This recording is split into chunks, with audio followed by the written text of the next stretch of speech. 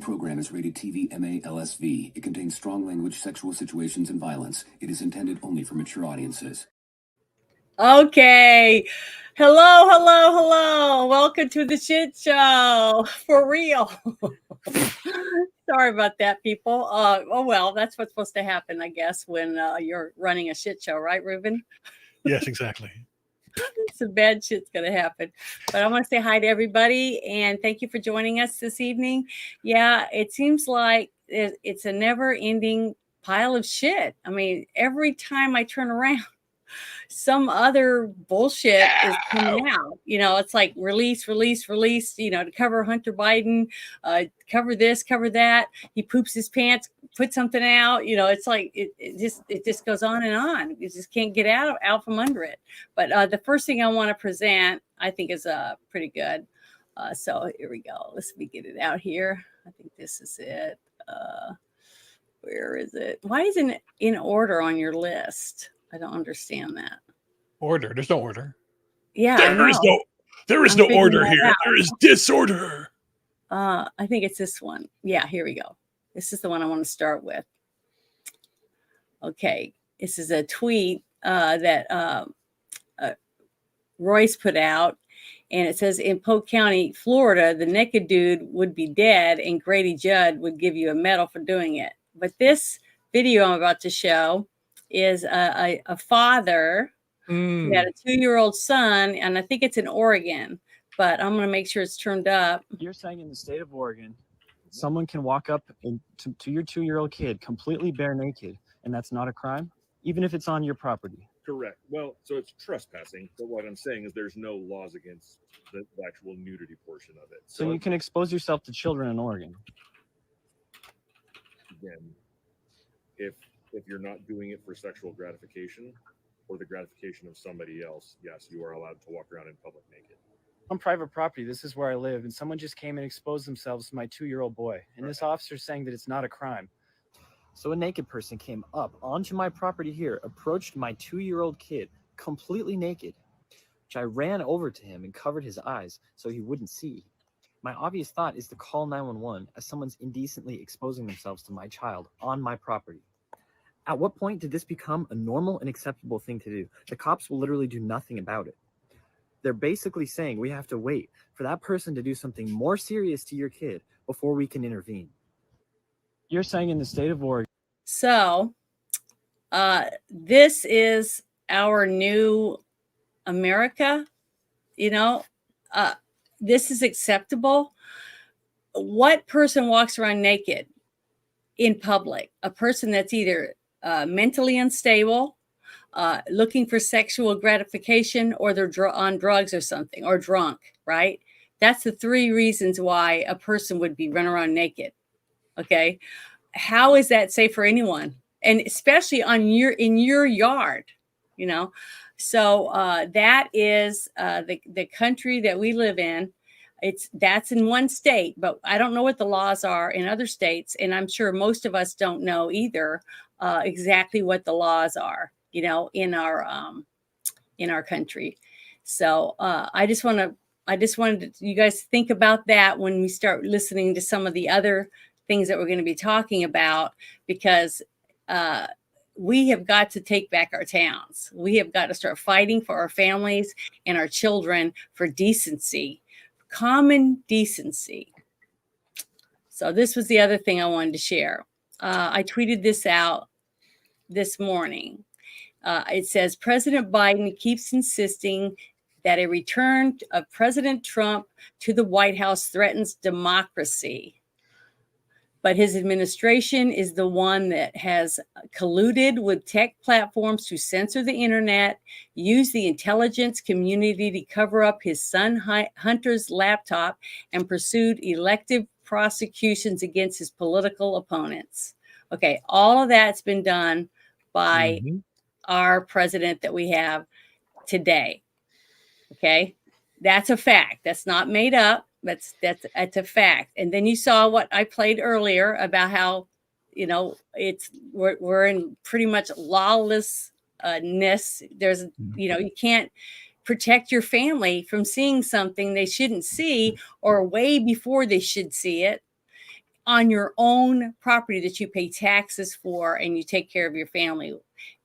That is, I don't know. That really, really bothers me. But here's the next thing. This is the other thing I wanted to show. Yeah, this is what we could have had, except for what we had. I'm sure all of you have seen the video of the D-Day thing that our president went to, right? And he's wandering around aimlessly like he doesn't know who he is. He bends over and basically poops himself, and his wife rushes him off stage. And while he's gone getting his diaper changed, the Macron is shaking hands with our veterans. Okay, it's a pathetic display of us not or being stuck with someone that's weakened at Bernie's. He's not even capable of even knowing if we're going under a nuclear war. And this person supposedly has the finger to push the buttons, okay, to start our third war, basically. And that's what we got when we could have had this man. So hold on, I'm gonna get this up here. Guys See this. who boarded the Okay, wait a minute. I gotta start it over again. I like this one. Yeah. Okay, yeah, this is great.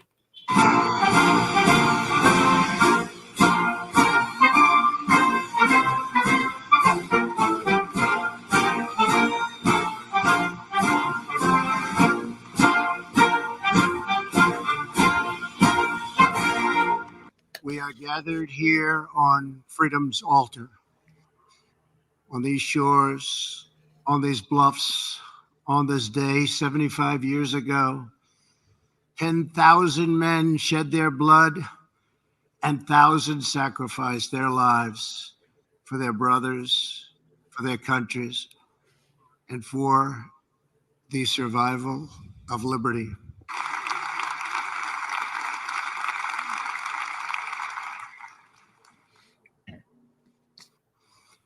Here with you are over 60 veterans who landed on D-Day. Our debt to you is everlasting. The battle began in the skies above us. In those first tense midnight hours, 1,000 aircraft roared overhead with 17,000 Allied airborne troops preparing to leap into the darkness beyond these trees. Then came dawn. The enemy who had occupied these heights saw the largest naval armada in the history of the world. It was here that tens of thousands of the Americans came. The GIs who boarded the landing craft that morning knew that they carried on their shoulders not just the pack of a soldier, but the fate of the world. Colonel George Taylor, whose 16th Infantry Regiment would join in the first wave, was asked what would happen if the Germans stopped. Right then and there, cold on the beach, just stopped them. What would happen? This great American replied, "Why, the 18th Infantry is coming in right behind us. The 26th Infantry will come on too. Then there is the 2nd Infantry Division, already afloat, and the 9th Division, and the 2nd Armored, and the 3rd Armored, and all the rest. Maybe the 16th won't make it, but someone will." Private First Class Russell Pickett of the 29th Division's famed 116th Infantry Regiment had been wounded in the first wave that landed on Omaha Beach. At a hospital in England, Private Pickett vowed to return to battle. "I'm going to return," he said. "I'm going to return." 6 days after D-Day, he rejoined his company. And today, believe it or not, he has returned once more to these shores to be with his comrades. Private Pickett, you honor us all with your presence.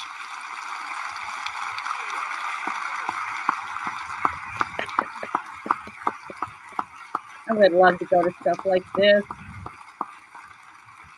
Oh, that's his heart.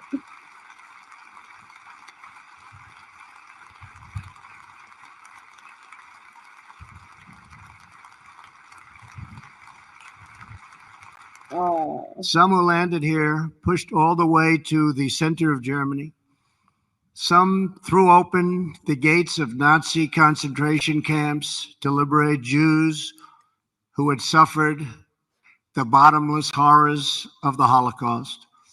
And some warriors fell on other fields of battle, returning to rest on this soil for eternity. May God bless our great veterans. May God bless our allies. May God bless the heroes of D-Day. And may God bless America. Thank you. Thank you. oh, see, we could have had that, but it was taken from us. Okay. I want to have that again. You know, I'm doing everything I can to try to have that kind of American spirit back in the White House. I really want that, because who hugs? I almost started crying when I saw that. Who hugs a veteran like that? But a person that actually has feelings and cares about where we've been and how we got to where we are today, that type of thing. Because I'd hug them. See, that's in me. So he's doing something I would do to any of you, Right. or even at a thing at a church, someone I didn't ever even know. If I had the opportunity to give him a hug, I would have done it. Okay. Right. And that's why I respect him so much. I'd shake He's their not hands. I perfect. mean, if I was to hug them, I'd accidentally break them in two. So Well, the thing is, I'd shake their hand. it's the fact that he cares. Okay. Biden didn't even really do anything with anyone because he was so not there. He's not He shit himself. there. Yeah. And he left another person from another country to have to greet our veterans. So Yeah. I'm just saying, I don't know what I just, we've got, Then he falls I'm doing asleep everything I can think of is to make sure that we get rid of this person. We have got to get our country back where it's supposed to be. But this is another thing I wanted to show. This I'm trying to show it in sequence, the stuff that I wanted to talk about the leading up to Trump and where our country is at, in just utter disarray because of this administration. So I wanted to share this. This came out today that I saw. It is Laura Loomer's post about a Judge Juan Merchant just noticed all parties involved in President Trump's recent New York trial that the court became aware of today. Facebook comment that was posted on Facebook page of the unidentified court system. Okay. That said, my cousin is a juror and says Trump is getting convicted. And thank you, folks, for all your hard work. The comment was made May 29th, 2024, days before President Trump's guilty verdict was announced, which means he could now be entitled to a mistrial because the jury pool was tainted and compromised. This is further evidence that the President Trump didn't receive a fair trial. I'm going to copy this link and put it in the chat so all of you can go there and read what she posted, so that you can see, what I just read. It's if you guys didn't know about it yet, but it's just all of this corruption is just it's disgusting, because it could be any of you that's going to court. Just like I said, when I got picked to be in a jury pool, that I hope that someone like me will be on my jury that will hold out for the truth and want to see the proof and the evidence, put it all together, put two and two together, and keep me from going to prison. Because I want a fair trial, and everyone should get one. That's what we're entitled to it. Yeah, but under we constitutional all knew law. as soon as they came out and said guilty on all 34 counts. You know, that it was We just, knew I something mean, I was was up, and that's expecting why I 3 or decided to 4. play. That's why I Yeah. decided to play the wait the long game, because I So, knew some shoe was going to drop to fuck this over. Now the thing is, I do question it because it is coming from Laura Loomer. A lot of well, people say, "Oh, I, Laura Loomer is great," I and this like and that. Laura. I do too, but the thing is, I don't always agree with her journalism because it's fringe at best. And here's another thing: why isn't every other fucking person reporting on this? If this is actually happening, why Well, isn't Tim Pool? can I say one thing about that? Go ahead. About the news? Okay, every time they talked about Hunter Biden's laptop on the news, you could pretty much go click, click, click, click, click on your remote to all the different news channels. Are all saying false information from Russia. False information. I'm not talking from about Russia. them. Well, what I'm trying to say is that's why nobody's talking about it. Okay, nobody talks about anything if it's going to make Trump look good. Fox would get a hold of it. No, Fox they wouldn't. No, they wouldn't. They fired Tucker. As bad as the rest of them. They fired Tucker. They fired everybody. They showed their true colors. They showed the true colors. They showed the true. No, they showed the true colors. They have left wing in there. They're actually more.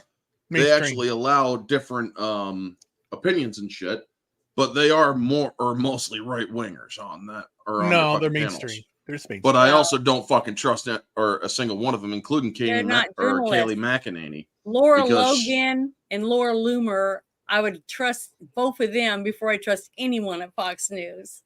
So true. I mean, the thing is, I'm at right now. all of them push the democracy bullshit, and it's like, fuck off. I mean, for fuck's sake, Kaylee McEnany, you were in the fucking White House when Trump was there. You were his fucking press secretary, and you fucking call this country a democracy? Shame on you. Well, but they yeah, all do. This whole thing. Every single news channel says democracy, democracy, democracy. Why do they do that? Because they want to change the thing. And over and over again, everyone else starts saying it. Yep. Okay. And I've many times tweet after tweet when Tucker says it on this thing, I say, we don't live in a democracy. And for the record, Tim Pool's IRL cast today is talking about this. They are? Yeah, that's because Laura Loomer is on his fucking thing. Otherwise, he wouldn't fucking touch it. I mean, honestly, Tim Pool's a fucking idiot.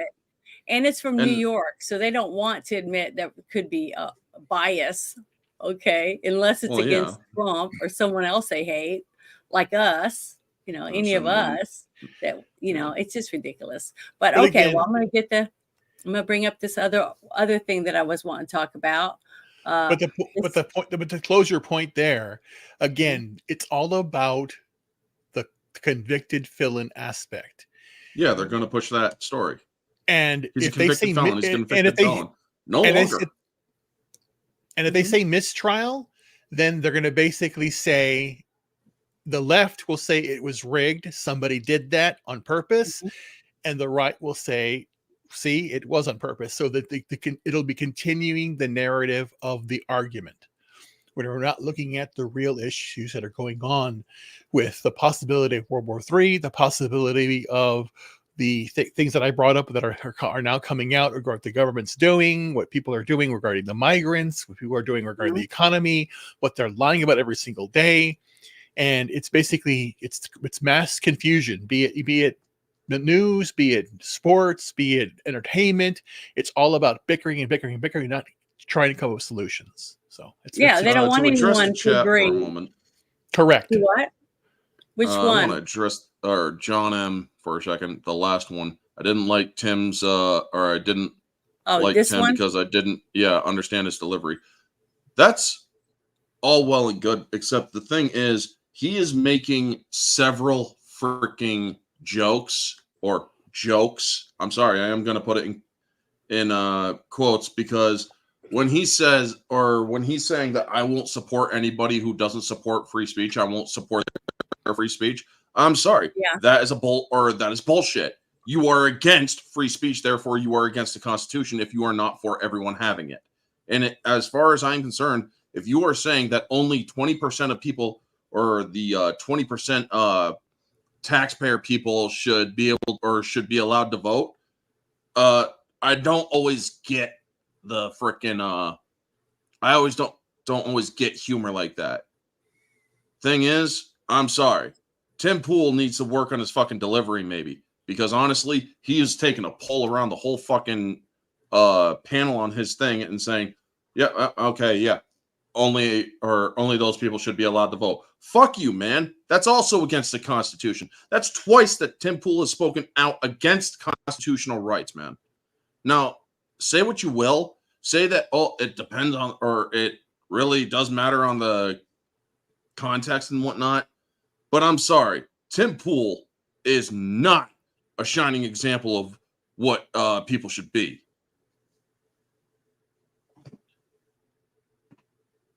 That's all I have to say about it. Oh, God, so bright. What'd you do? I was trying to look at this other thing, and I got my thing on low light because of my eyes, and then I hit that thing, and it went really, really bright. It almost blinded me. But yeah, I was trying to find this other article, but I'll just open this other one first. Okay. This gentleman here. Do not ban John M. Soy-based. He's not a troll.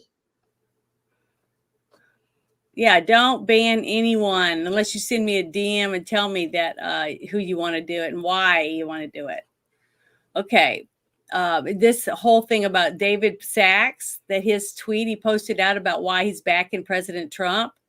As many press accounts have reported, I'm hosting a fundraising event for President Donald Trump at my home in San Francisco this evening. I think this was from yesterday.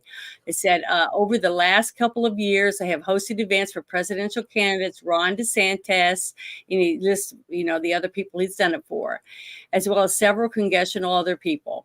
Whatever. But today I'm giving an endorsement to our 45th president, Donald J. Trump, to be our 47th president by reasons rest on four main issues that I think are vital to American prosperity and security and stability.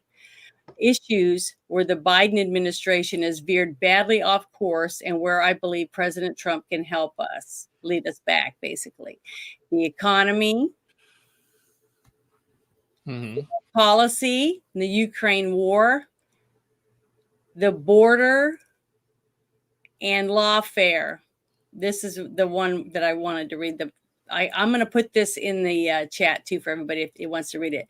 The bedrock of political stability we've enjoyed in America over the last 250 years is what we don't accept: attempts to jail political opponents in order to win an election. Yet Biden has pushed for selective and unprecedented prosecutions of his once and future opponent from the moment he assumed office. Okay, that's facts. Okay, that from day one, basically, he has done nothing but overturn his executive orders and have people, every single state that he has any say in or money or whatever, to try to take Trump down with court cases, to make him spend all of his money, not be able to, do his campaigning or any of this stuff. So basically, that's lawfare. And, and it's been happening every single day, every day. We've seen something on the news about Trump is a criminal. Trump is this, Trump does that, Trump. It's wearing people down. So normal, everyday people that may have voted for Trump the very first time, okay, are just tired of hearing him. So they just say, I just don't want to talk about Trump anymore. That's where they're at, because all of the people on CNN, ABCs, CBS, CNN, Fox News, all these channels, that's all they do is bash Trump. Trump's a crook. Trump. It's all, the PP dossier, blah, blah, blah, even though it's been proven fake. And now look what's coming out. The laptop's real. It's now been put in as evidence. Now it can be used against other people in other cases because it is his laptop. The FBI admitted it by putting it in this trial. So, Also all this they're doing is bringing the truth out. And it's taken, what's shocking to me is that after last night's show, we talked about that, the documents, you know, it was 636 pages of documents, 41 or 42 felony counts in those documents, and they're only charging them with like 3 or something. Right. And you know, it's pathetic. It's totally pathetic. But you know, there's nothing we can do about it because the courts are owned by the Biden administration. And everything that you're seeing happening in every state, Georgia, all these different states. I mean, Fannie lied on the stand. She lied, and she admitted she took money from her campaign and went on a vacation with it. And what happened to her? She still has her job. Nothing happened. Okay. So if it was you or me, we would be probably behind bars right now waiting to go to court. It's just not fair. It has nothing to do with me being white and her being black. It's because she broke the law and she did it on the stand when she was under oath. And Which one was this, Fannie? Yeah, that's what I'm talking about. So it's not just New York. It's in Georgia. It's in Arizona. It's falling apart for all. It's everywhere. Anywhere that this administration has any say at all when it comes to courts, whether it's federal, civil, whatever, it's corrupt. And did you hear about what happened in Arizona with our governor? Which one? Apparently the governor of Arizona, Hobbs, just got caught taking a $400,000 bribe.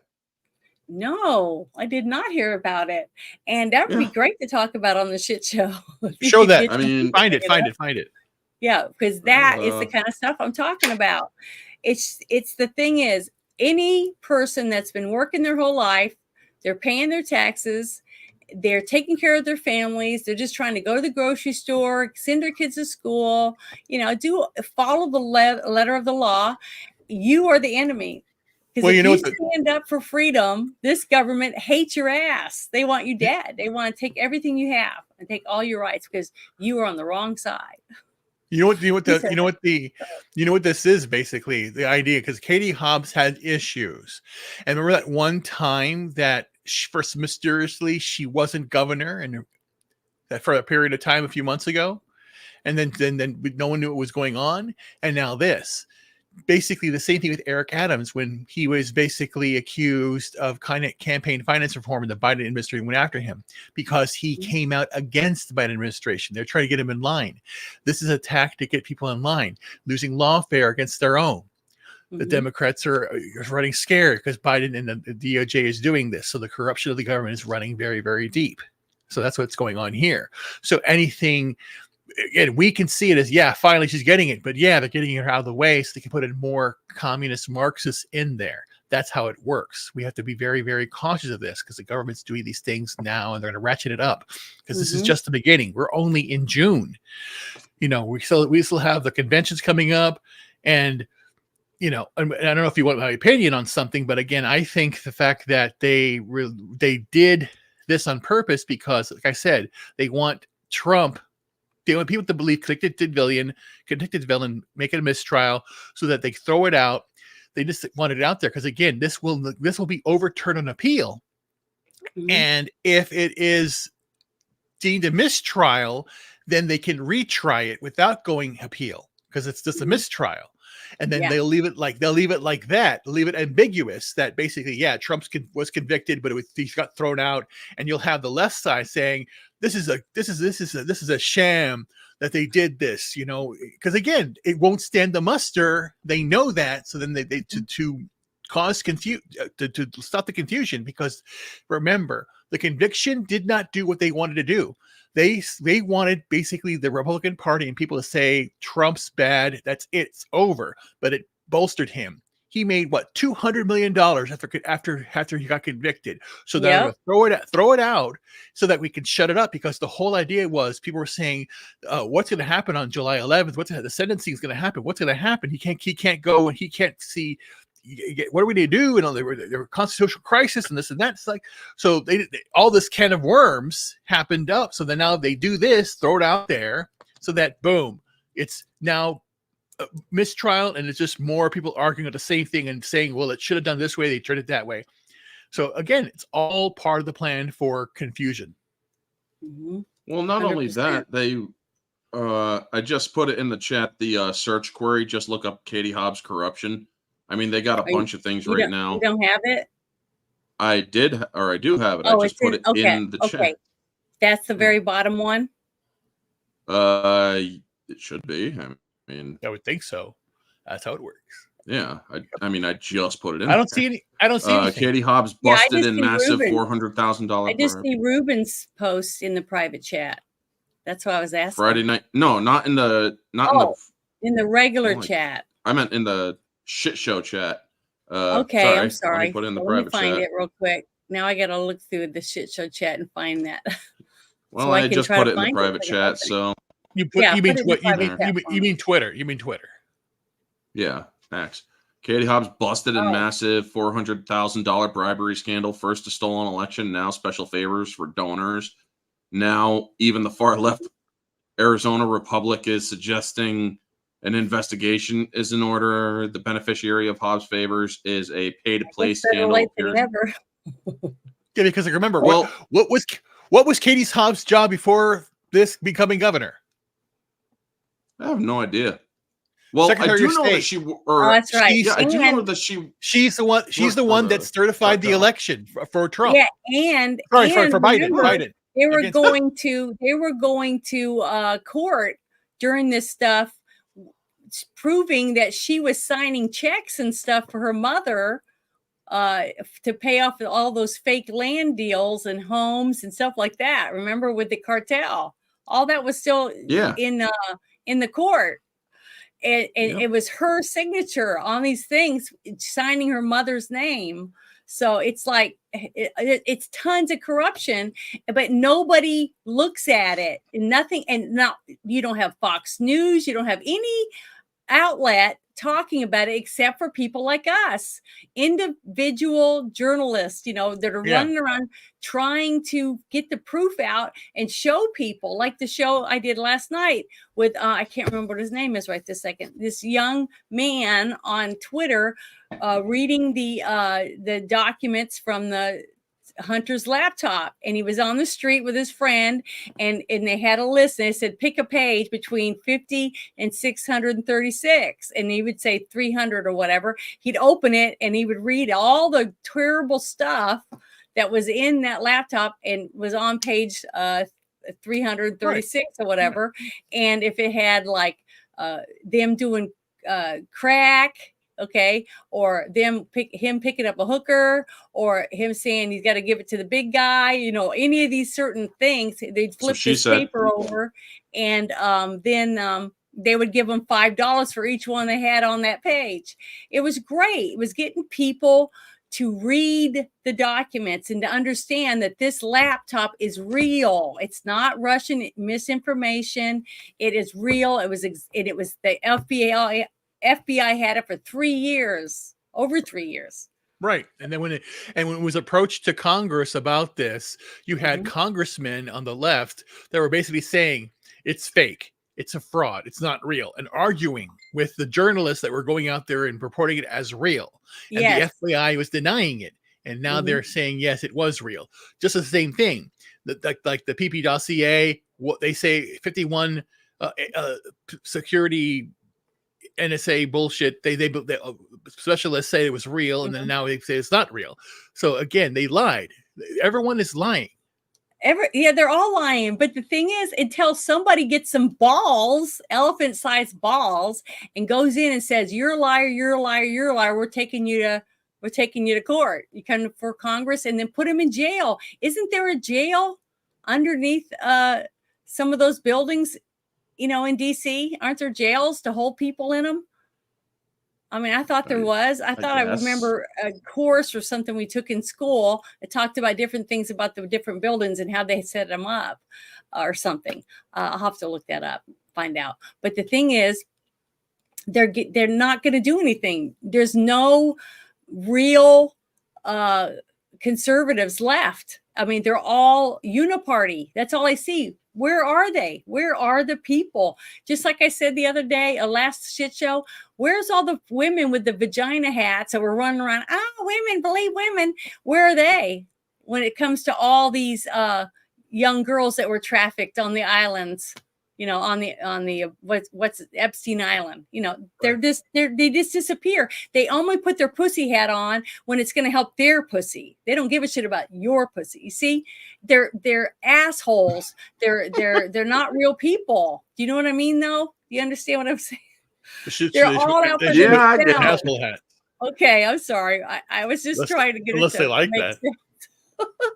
But the thing is that it's, to me, it's as plain as day. It's like a ginormous sun is right in front of me and we're blinded by it. There's so much proof, so much evidence, and everyone's just putting on their shades and pulling out a beer and just sitting there waiting for something. I don't know what they're waiting on. It's us. It's down to us people. That's it. We are it. We are the warriors. We're going to have to fight and save our country by making sure we vote and then not kill each other. Okay. Work together to make sure these people are held accountable. I don't know what else to say about it. It just drives me insane. But I wanted to bring this up. Real quick. See, where is it? Yeah, right here. This whole thing. Okay. That everyone was going on and on and on about how Trump now has a TikTok, blah, blah, blah. You need to follow Trump on TikTok. And so I tried to look at this stuff, and this is what I found. This whole thing.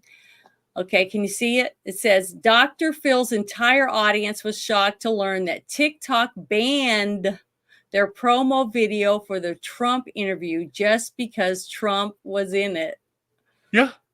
And Trump was the one that was trying to say, don't ban TikTok unless somebody from, the United States will purchase TikTok, and then you guys can keep it open. But if China's doing it, we have to shut it down. But he's always been against China because they're a communist country, right? So I don't know. I don't understand it. They even control YouTube and Google and Instagram, Facebook. I mean, the government controls so many of these apps that you can't say anything or you get taken down, or they make you take down your post. Like I was talking about when I was on Facebook, and why I left is because I was going on, just doing normal stuff on Facebook. This was like right before the election or whatever, and or right after the election. And I was going through, and they had an Antifa person, and they were standing over a cop, and they were cutting his throat. It was a drawing, right? And I was like, what the? And so I reported it, and they sent me back a thing like with about an hour or so, and said, we don't see anything wrong with this picture or whatever, freedom of whatever. I can't remember exactly, because that was years ago. And so I was pissed. So I got somebody to help me swap it around to make the cop on top and the Antifa down below, and do the same. It was the same picture. I just swapped it a little bit, but put them side by side and just posted 2 pictures. That was it. Nothing, no words or anything. And they said they almost immediately, almost within 30 minutes, they said I had to take it down.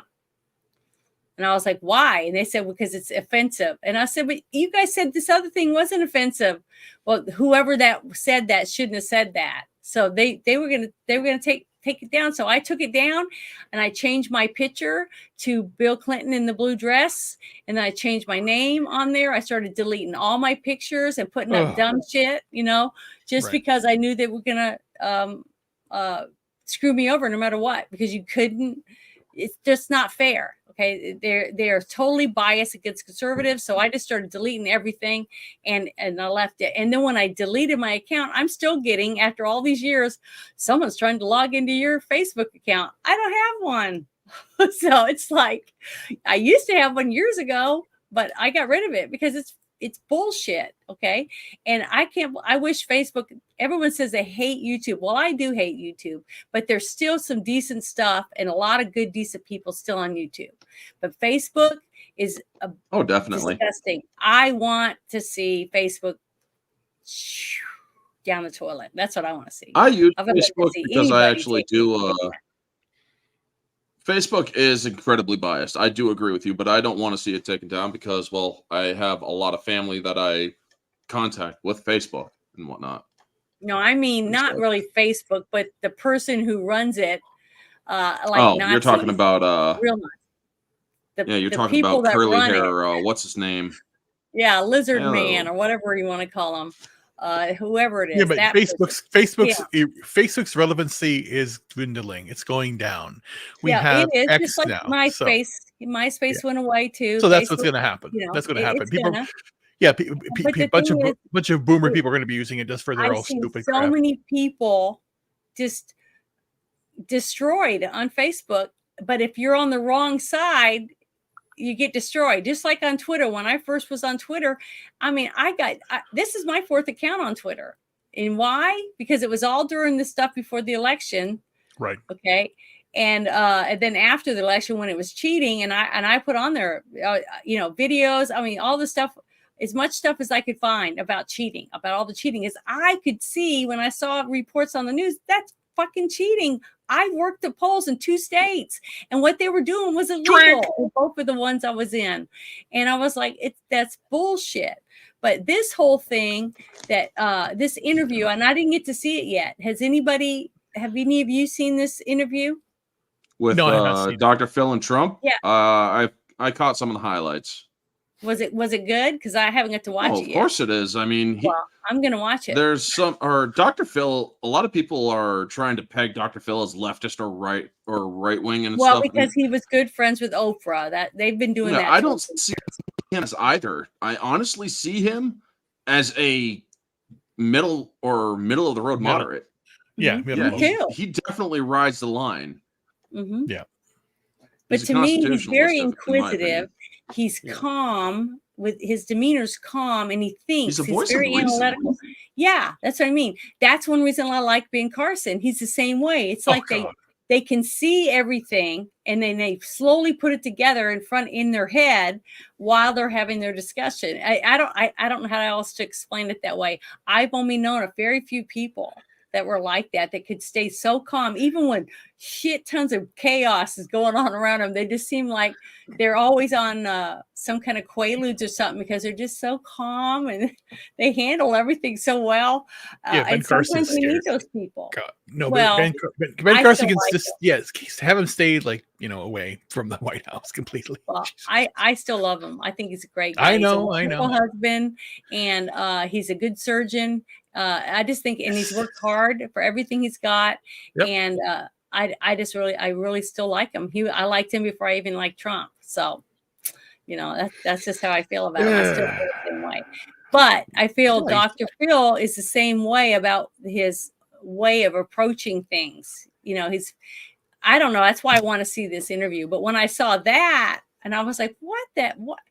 TikTok too? See, I was thinking TikTok wasn't as bad, but I guess they own everything. It's like their fingers are in everybody's pie. Every single piece of pie, it's got their fingers in it. I mean, it's disgusting. I mean, fingers in pie. Really pisses me off. You know what I mean? It's just terrible. But do you want to still bring that article up? If I can find it, is it in the private chat now? Okay. Put it in the private chat. Right. You can scroll through whatever you want on the Hobbs thing. Okay, I'm gonna bring it up. I'm gonna bring it up so we can share it with everybody. Hold on, darn it. Scroll through all sorts of shit with the Hobbs thing. Let's see. Share screen, and here it is. Awesome. This is great. I mean, this is really good. See, some little good juicy tidbits are coming out of all the bullshit. Slowly, you know what I mean? But it makes me happy. You know what I mean? Little things like this is the reason I'm still wanting to get up in the morning. So it's like, see, stop taking those damn black pills. Well, the thing is that it's nice to see that things that we talked about years ago is finally coming to light, and it's the evidence is coming out that because somebody was sitting their ass on it, just like the FBI sitting on Hunter's laptop. Sometimes it just takes a little bit of patience. Me? Why do you think I wasn't very worried about the whole Trump trial thing? It's like, they're going to find guilty. I'm just going to wait for a little bit. Chances are they're going to fuck it up. Well, the thing is, fucking I said last year they're gonna find something, and they're gonna put them in jail. And I've been saying that, so I knew that, you know, it wasn't shocking to me at all. But you know, it doesn't make me happy about it. You know what I mean? But it's sickening and pathetic. Now, what is this right here? I want to see what this is. Testimony outlining the most complex investigation of political corruption. Ooh, this looks kind of juicy. So hold on, let me pause it. Make sure it's turned up and make it bigger. His firm specializes in investigating racketeering and corruption for both the public and the private sector, and he has participated in some of the largest investigations, both in the US and abroad. But with respect to the current matter at hand, in 2006, the US Attorney's Office in Illinois, Idaho, and Indiana investigated the laundering of drug cartel monies through a complex series of single-family home purchases in those particular states. By 2009, numerous real estate agents, escrow companies, and title insurers had been indicted, charged, and convicted of racketeering. And in 2014, our office was asked to review the case file. The reason for this was whether we were asked to determine whether monies from the sale of the properties had filtered to properties purchased in Arizona, specifically in Maricopa and Pima County. We concluded that several real estate agents convicted in Iowa had set up laundering systems in Arizona, and thereafter had transferred the proceeds of sales to the Panamanian corporations. In 2018, Mr. Thaler discovered, incidental to a completely independent matter, a series of trust deeds evidencing that cash laundered through single-family residences in Arizona was pervasive and ongoing. With that, a new investigation began, with the focus being on money laundered and related racketeering activities in Maricopa County, and as well as in several other Arizona counties. We are currently represent several parties directly damaged by these racketeering activities. The investigation originally focused on fake notarizations, fake deeds of trust. That county is very famous. Buyers and or sellers. Yeah, they've got a lot of property transactions in there. as well I'm as other copying companies this. used in real estate transactions, such as real The estate link brokers, for it. I'm going to mortgage put it in companies, title and escrow the chat. The thing is, everything that we were talking about, us conservatives, basically. Well, shit, that's a 42-minute video. Holy shit. I know. I'm not going to watch the whole thing, but anyone that wants to find out more about it, I just wanted to let you guys see a little bit about what was going on. But I have been talking about this last year during or whenever it was before the election, before Katie Hobbs She's a won. cartel hag. Yeah. Okay. And we were talking about all this stuff. But see, it's funny how they had all this evidence, but nothing comes out until after they're already in office and stuff. It's just, I don't understand the corruption. It's just terrible. And why more people, I put it in the wrong chat. Sorry. The corruption why runs more deep, people aren't upset about it. You know, it's like 6,000 years of corruption. It's like people are sitting around with their popcorn just on the boob tube. It's like zombies or just sitting and enjoying the show or something, instead of getting up and saying, fuck, we gotta go out and start, rounding these people up and put them in jail or something. We gotta do something. And it doesn't seem like very many people are upset about it, any of it. And I just don't understand that. Believe me, we are all upset about it. It's just that we don't have the big platforms that can allow ourselves to be heard by many. Well, that's why I'm on multiple platforms, because I'm not on the big ones. But I'm not on Rumble or Rumble fucked me over, so I ain't going to Rumble. Well, I'm on Rumble, and and I'm yeah, also you can do you. on, I'm just saying, Rumble fucked me over. They stopped doing they stopped mirroring my account. Oh, you have to pay for that. I mean, they stopped bringing my videos from YouTube over to theirs. Oh, probably because it costs money. I don't know. Yeah, because No, it I costs mean money for them. See, it costs They them stopped money. doing it. They stopped doing it before they started charging money, apparently. Oh, okay. So yeah, they kind of fucked me over. Yeah, I didn't. I'm sorry, I didn't know that.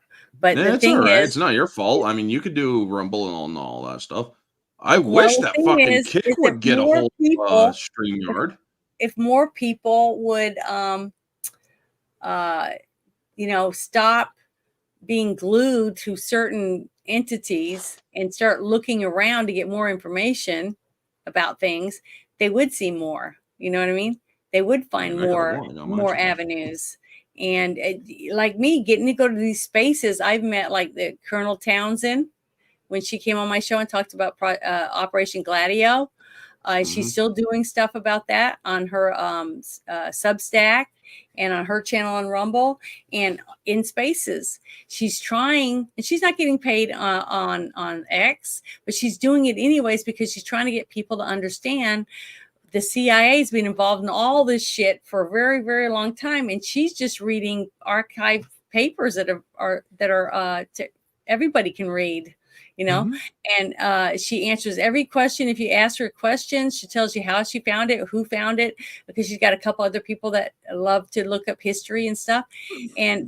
But the thing is, if you don't look for anything, you're not going to see anything, right? If you're just sitting there watching television, listening to the same network over and over again, and they say the same rigmarole that the President Biden's paperwork people hand them to read, then that's all you're going to get. You're not going to get anything new. That's why I first fell in love with YouTube.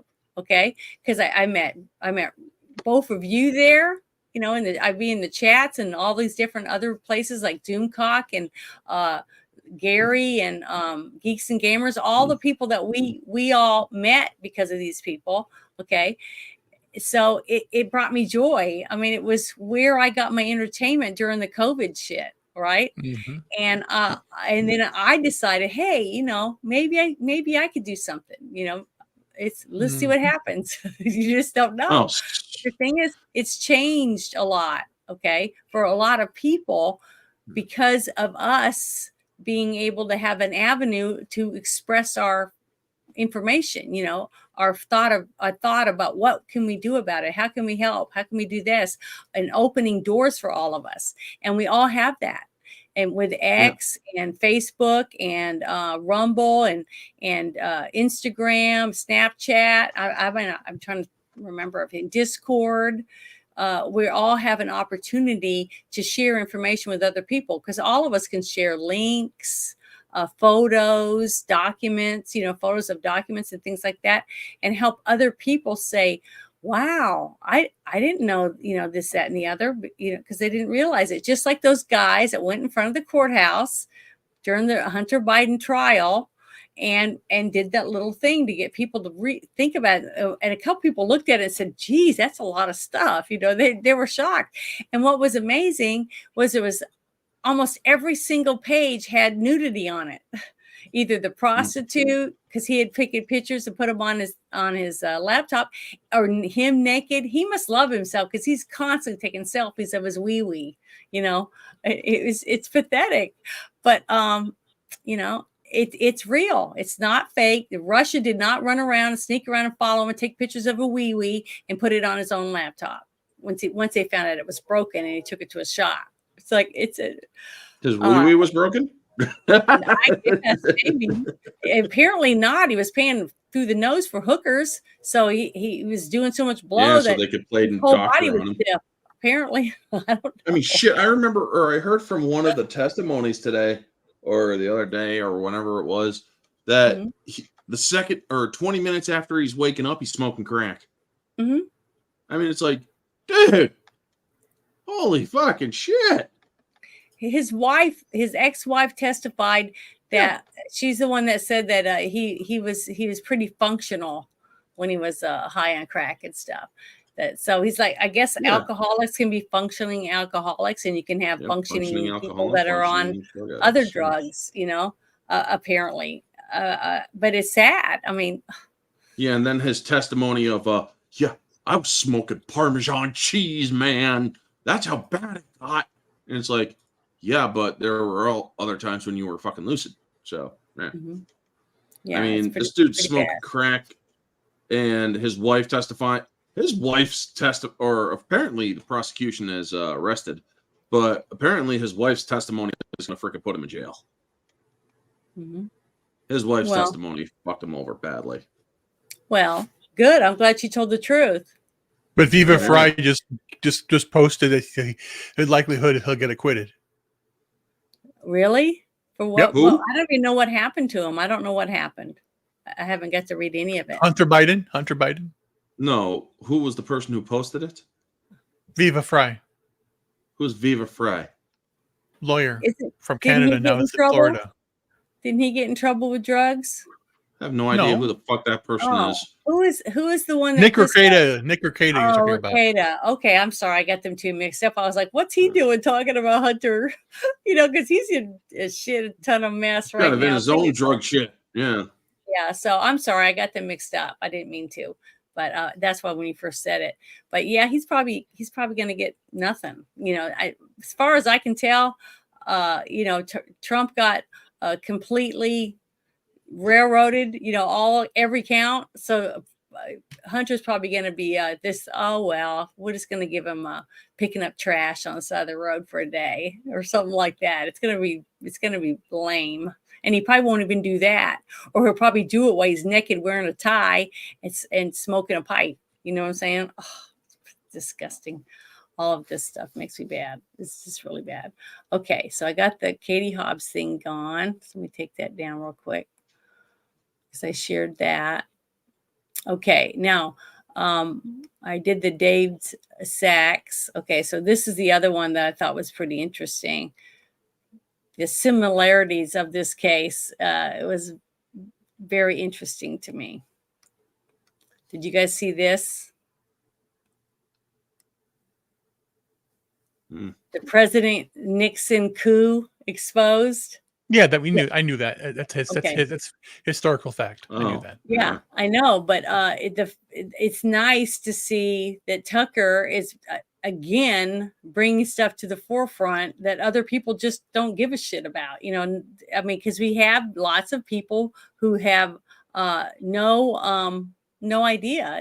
Because they don't watch the news, they don't read, they're on their phone, they're talking to their friends, or they're I don't know what people are doing. I'm always reading, I'm always looking at things, so I don't understand why people just are.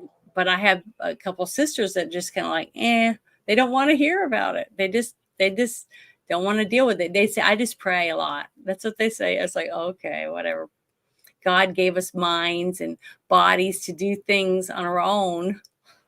You pray to him for strength to help you get through things, but he expects you to do some work. I don't know. I can't believe we were raised in the same house sometimes. Richard Nixon was elected by more votes than any president in American history in the 1972 election. He was the most popular by votes, which is the only way we can really measure popularity, the most popular president in his re-election campaign, and 2 years later he's gone, undone by a naval intel officer, the number 2 guy at the FBI, and a bunch of CIA employees. You tell me what that is. And he's this brand new reporter. He'd never been a journalist at all. He's a naval intel officer, the famous Bob Woodward we all revere, and he's at the Washington Post, and somehow he gets the biggest story in the history of the Washington Post. He's the lead guy in that story.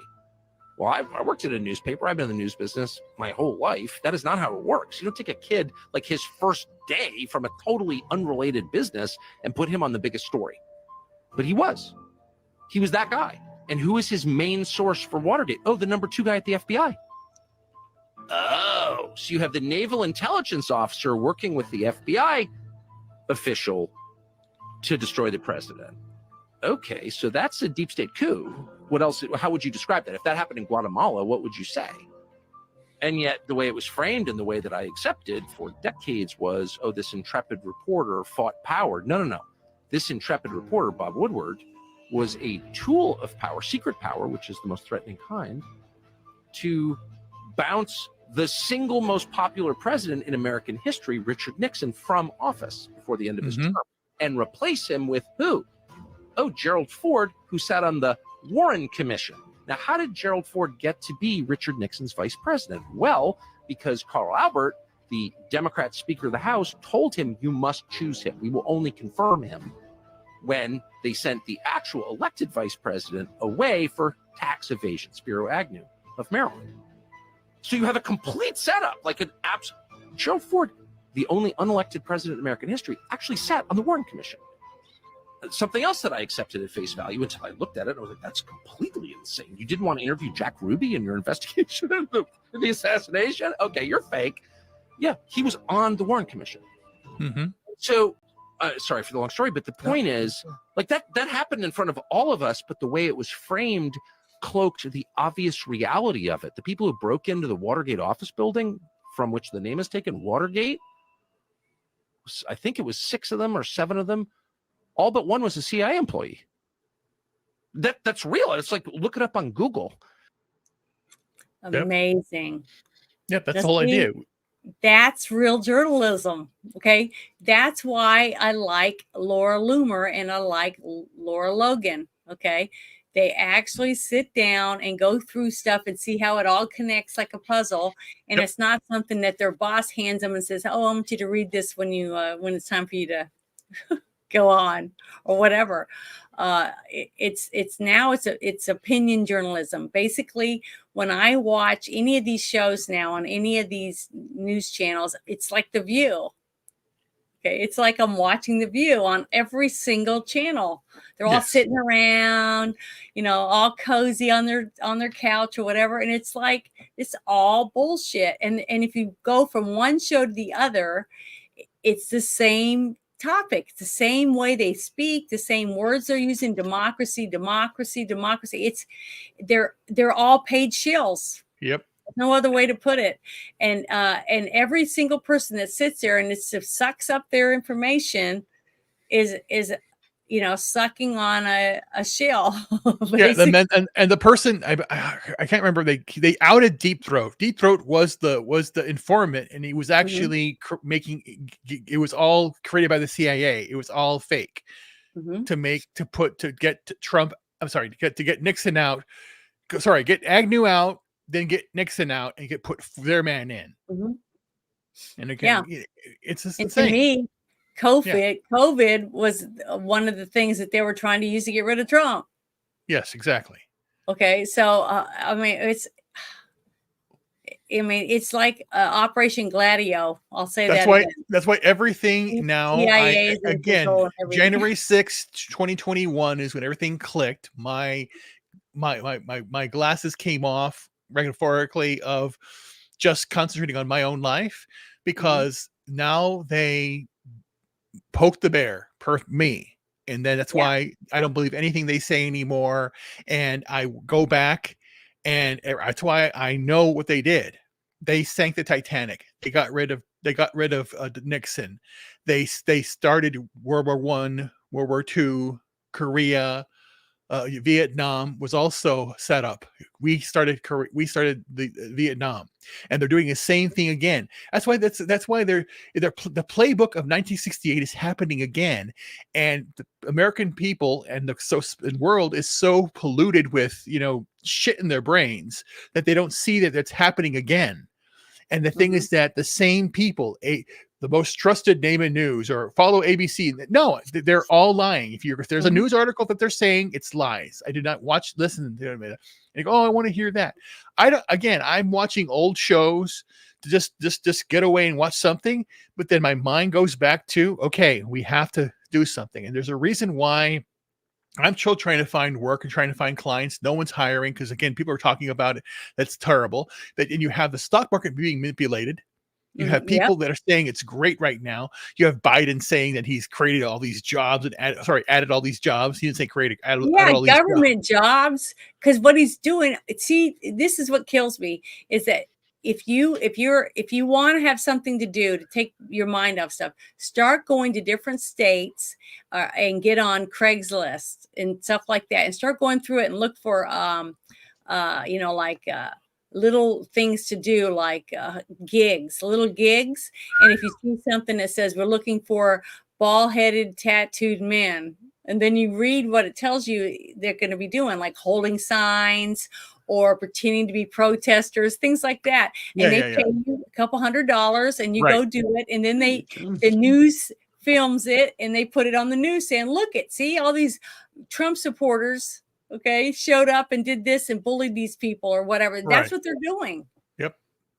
Because that's just like what they said. Remember what I was talking about, the non-disclosure stuff, right? Yep.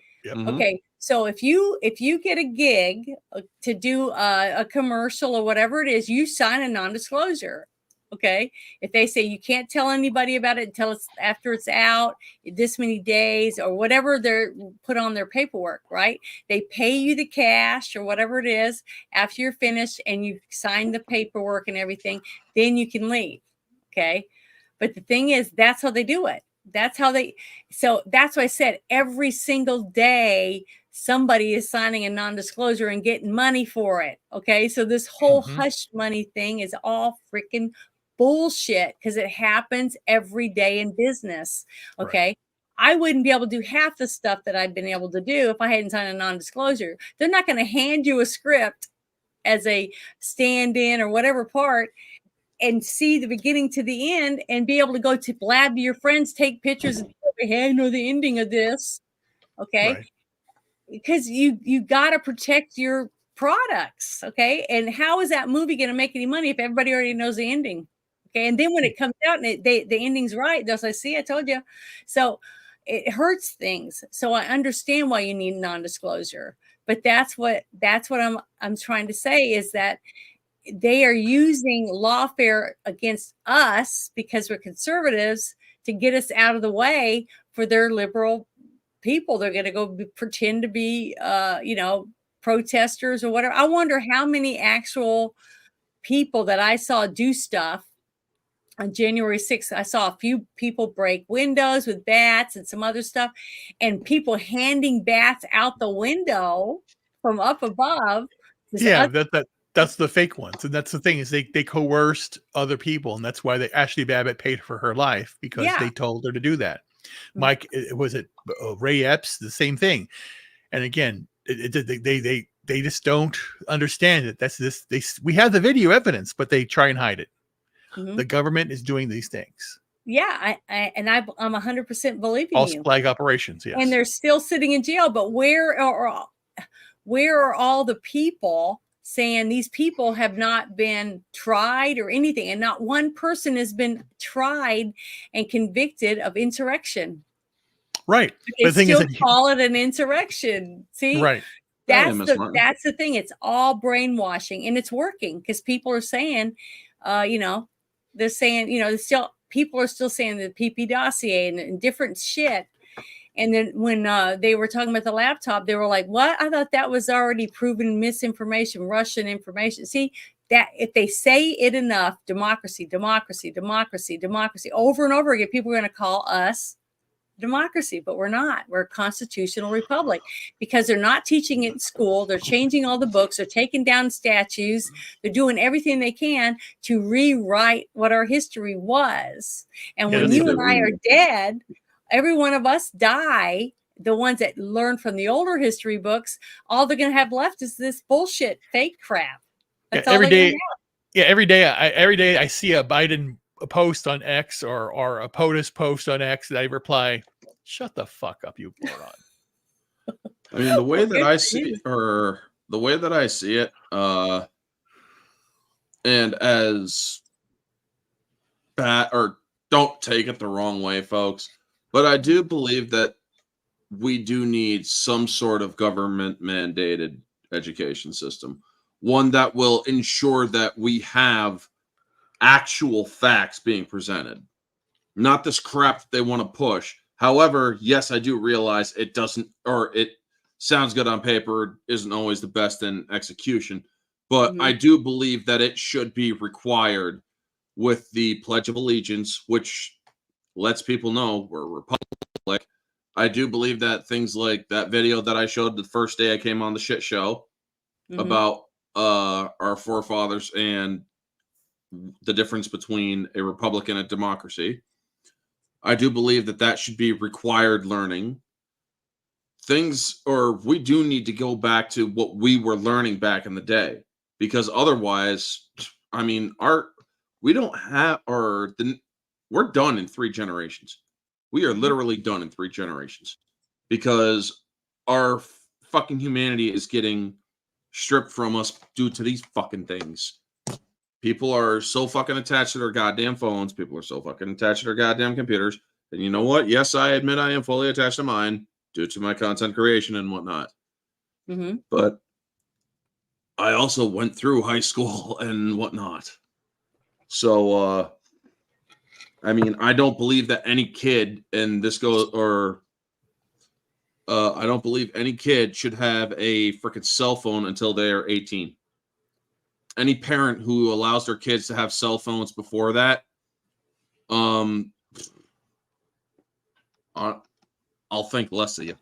Well, I could say one thing is I remember listening to my grandpa when I was little, and he would chase us around because he used to be shoe horses. And I remember he chased all of us girls, and he would grab us and he'd take not the scratchy rope, but the soft cottony rope, and he would tie up our wrists, and he'd do a little thing like they did on the cows. You know how you really quickly jump off the horse and you hog tie him or whatever.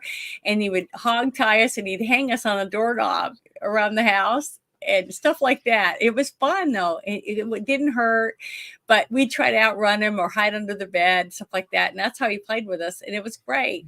But the thing is that he actually spent time with us. He took us out and he showed us how he used the auger and how he shaped the horseshoes. And we'd go out and we'd be licking the horse salt, you know, these big rocks out there in the pasture, and act like a horse and run around and be kids. Okay. We got to be kids.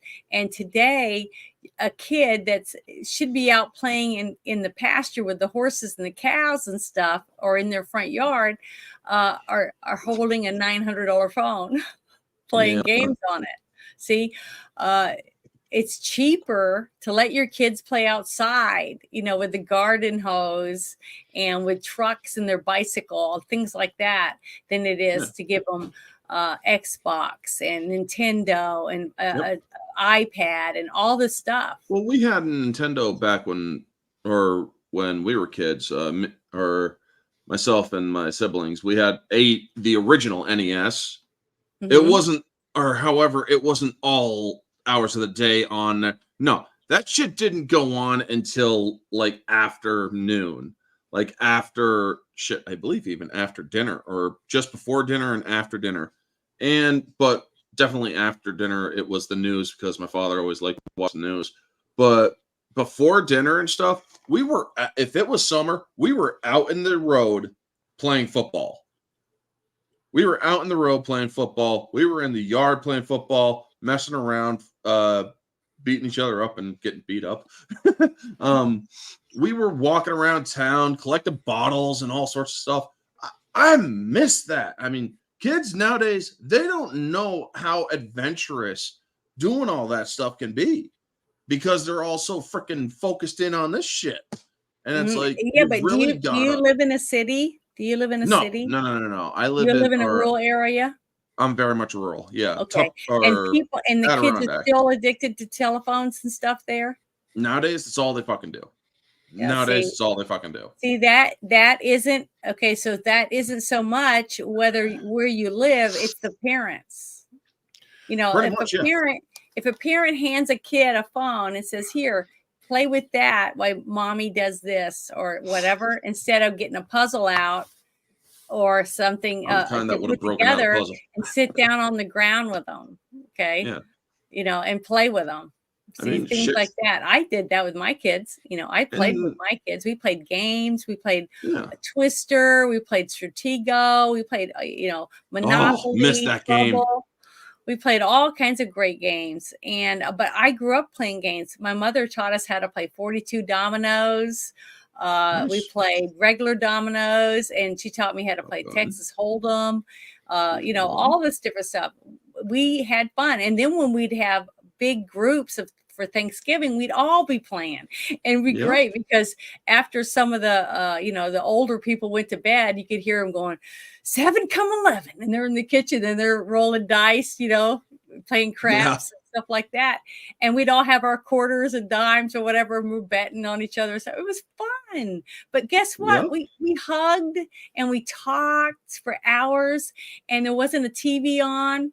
It was all of us listening to a little bit of music or singing or playing spoons.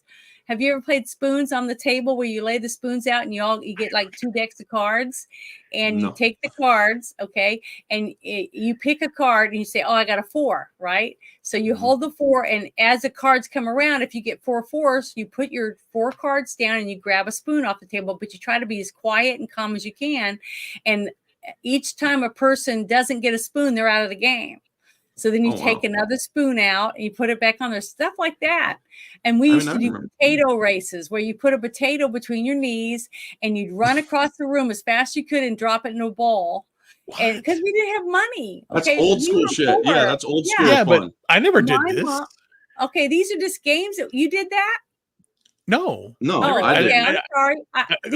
There are only 4 games I played, but again, the very infrequent, very, very rare, very, very rare.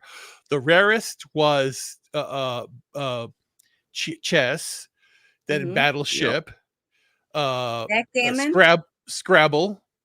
Yeah. No, we didn't play backgammon, and checkers. That was it. Those are the 4 games that I we played checkers a lot. But that was the rarest. That was the rarest thing. And then above that, I loved it. I had a great childhood. And I tell people that all the time. I was so lucky. I had wonderful family. I still feel that way. And I just wish more people could do that, because it's fun to see other people's faces when they're laughing and smiling, and they're real people. You're not getting it from watching a TV show and a movie was like movie night was great. I remember we would my mom would buy some movies because they were really cheap. Like she'd get 5 off the cheap rack or whatever. And we didn't know what it would be. It was always some, like, I don't know, like the movie 9 to 5 or something like that on VHS. And my dad started buying those giant round disc things. I can't remember what they were called. And he would buy stuff like, nature shows or whatever, stuff like that. So we'd sit around, my mom would make a whole bunch of popcorn and pour it in paper sacks that you got from the grocery store, and we'd fold it down and we'd sit there and we'd watch these shows together, stuff like that. We did stuff, as a family. So I was lucky. When it came to power outages and stuff, what did you guys usually do? Because when it came to power outages for us, for my family and whatnot, if it was raining and pouring out, we had a front porch. We got our ass on the front porch to watch the lightning and stuff. But if it was down in down in Liverpool where my aunt and grandfather and aunts lived, we watched the lightning from a front porch. But it was a closed off front porch. It wasn't open like our front porch in my house where I grew up as a kid. But oh my God, and at night, if we were awake at that time, we just shut off the lights and just talk. We would just talk in the dark. It's a beautiful thing. Your house would get lit up by the light. Those are good memories that you have, right? Because you got to share feelings. I can remember shit from when I was like very, very, very young. I guess I did the different opposite. My brothers did that stuff. They went out. My brother rode bikes and then motorcycles, and then hunting and shooting and all that stuff. And then my younger brother did, he would do research and, he would play his instrument and stuff like that. I did the same thing, and I do a lot of reading and listening to music. That's basically it. And then me would be like going to the movies. That's why I love the movies. I would go see the movies. It'd be like I would go every week to see a movie or see several movies on the weekend. See, that was your personality. That's what you enjoyed. Yeah. My sisters all when they wanted to pick a movie, they'd all want to pick like a romantic comedy or something, and I'd want to pick Godzilla. So we always had to fight. So finally my mom would say, okay, I'm gonna flip a coin, heads or tails, because they always won, because there was 4 of them and 1 of me. See, so that's why my dad would say, "Hey, come here," and we go in his bedroom, and he'd have Star Trek. We can, lunatic. We tapes, can. We see your stuff. stuff like that. By the way, so on X, yeah, we see it. He's kind of wondering why we haven't seen it. It's like you call Never played Uno. Fireflies, dude. Yes, Uno. Uno should be required for parents to teach their kids the value of disappointment. They have to learn. You are going to get pissed off. You are going to get very angry, and we are not going to show you any mercy. You need to learn it's a very unfair world. Yeah, I'm sorry. I'm sorry, Luna. I can't. It's hard to reply because I have to close my area out where I'm at right now and go to X and write it in myself. Just highlight it and address it. Yeah, I've been trying to do that. See, like this. See, I can bring you up and say, see? Yeah, like highlight. that, but I can't respond back to you over there because it's hard. It's hard because I have to have so many different things open, for Rumble, X, YouTube. So all that stuff. But yeah, we used to do that when I go to my grandpa's, and he had a house. It didn't even have siding on it. It had that black tar paper because he built his own house, and it was nice. So it had a really big porch and everything. But he would go out and milk a cow, okay, and he would have all that cream, and it's not separated in there on the top, right? And we'd put a bunch of ice in there, and then my grandma would put like a whole bunch of scoops of sugar and cocoa, I guess cocoa in there, and we would take turns sitting and shaking and shaking and shaking and shaking that.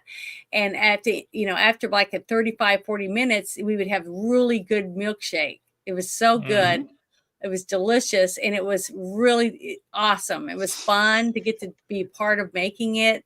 And then also he had one of those old churning things to make ice cream, and we'd have to keep putting salt. The old-fashioned churners, yeah. And my grandma would bring all the cheesecloth with all the stuff that they took off of the top of the milk, and she would dump it in, and we'd put strawberries or whatever it is we picked from the garden and made stuff like that. So that's the stuff that we did. And that's where I learned how to ride a horse, because I went with my grandpa and I'd hand him nails and stuff while he shoed horses, because I thought it was cool. My sisters thought, they didn't want to go.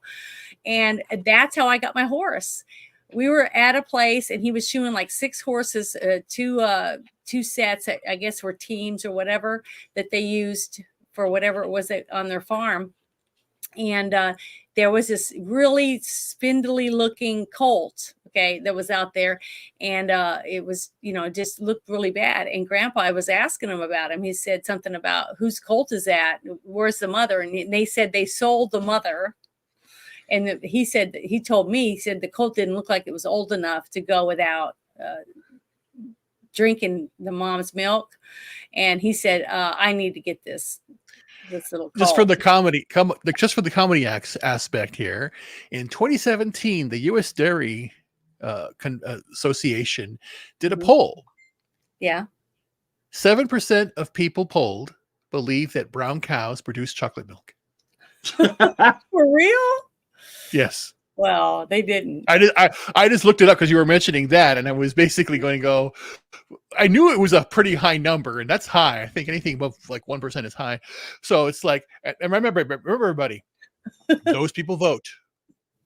Yeah, but there's so many people that believe so many things. Like I've had people still say something about my chickens, because I say, well, I have them in the coop. You can. I go get some backyard chickens, and you can get a bunch of pullets, because they can sex them for you at the place if you pay a little bit more for them.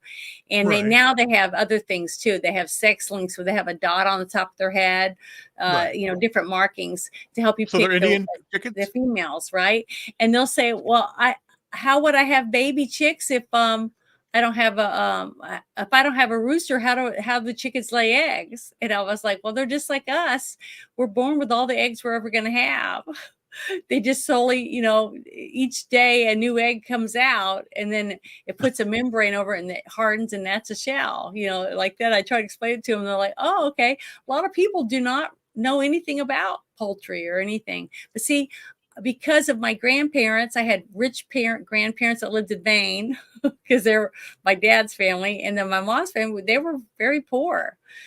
I remember my grandpa saying that he was driving down the road and he looked over and he saw this young woman sweeping off her front porch, and that he just was he said he just fell in love. She was absolutely stunning. She had beautiful blue eyes, jet black hair, and she was like really tiny, and small, because I think she was like 5'4". So she was a small lady, and that he went over to see her, and he asked his her parents, if he could court her or whatever, take her out, to dinner and stuff like that. I think she was like 15 at the time when he saw her. But the thing is, so there is, love at first sight, I guess. But he said, How old he was was in he? the Army. He's dead. How old was he? He was 81 when he died. Oh, when he met her, I think he was like 21. Okay. Because he was in the Army, and this is what he said. He said he saw her, but he didn't realize how young she was at the time. So they waited a year. I think it was a year. They dated for a year, and they were able to get married when she was 16, right? This was in Oklahoma. But he said that he went in, and when he went into her house, it was a dirt floor. Okay. It was a little shack, and that he saw that over in the one corner, they had like mattresses they had made like out of burlap and pieces of fabric, and they had put hay in them. And that none of them had shoes. So the first thing he did was go and buy shoes for all of her sisters and brothers. And I thought, oh, that's so sweet, But see, I was just lucky because I ended up being born from a family of people that actually cared about other people. It was just, I don't know. Maybe it was just different because of where they of the were cartoon raised. Up. Remember? Remember Up, when they got when they got married, and he saw the tubes at the wedding, all the southern. Yeah, I thought that was an adorable movie. That was really. But cool. that's what I'm saying. That story reminded me of your parents, because again, it's like the father that was is my the grandpa. side is that was my grandpa. very just quiet. got an interesting. Sorry, grandpa, very quiet, and what happened? That's how my dad met my birth mother. That one. No, this was like a couple of weeks ago or something. Oh, was it? Where was it? Or sorry, or I'm talking about something else. But we just got an interesting topic. Chat. But it's just, I just want to be able to drive down the road in the neighborhood and see kids playing out in the front yard again. Same. With parents sitting around or having those little, like I got to do it because we lived on a Oh base. God. Where they had the barbecues, and everybody's got their barbecues cooking, and people are walking around and mingling in the little circle of houses with all the kids playing together and stuff, where we used to socialize with our neighbors. Squirt guns. Like that. I miss squirt guns. I would love to see that again. I mean, because I got to grow up and see that every lunatic day. Means Miss Extra Large Alabama. Just kidding. Oh yeah. Sorry, but yeah. And Maryland with the man. Oh my God. The man from Maryland and Jabba the Alabama Hutt. I'm sorry, but this shit should not be allowed in Miss America. I'm sorry, folks. I'm not gonna hold back here. I'm fucking chubby myself here, so I get to make those. All the other contestants. She did. She probably did. I mean, pretty big. Christ. I'm sorry, like folks. A boa constrictor.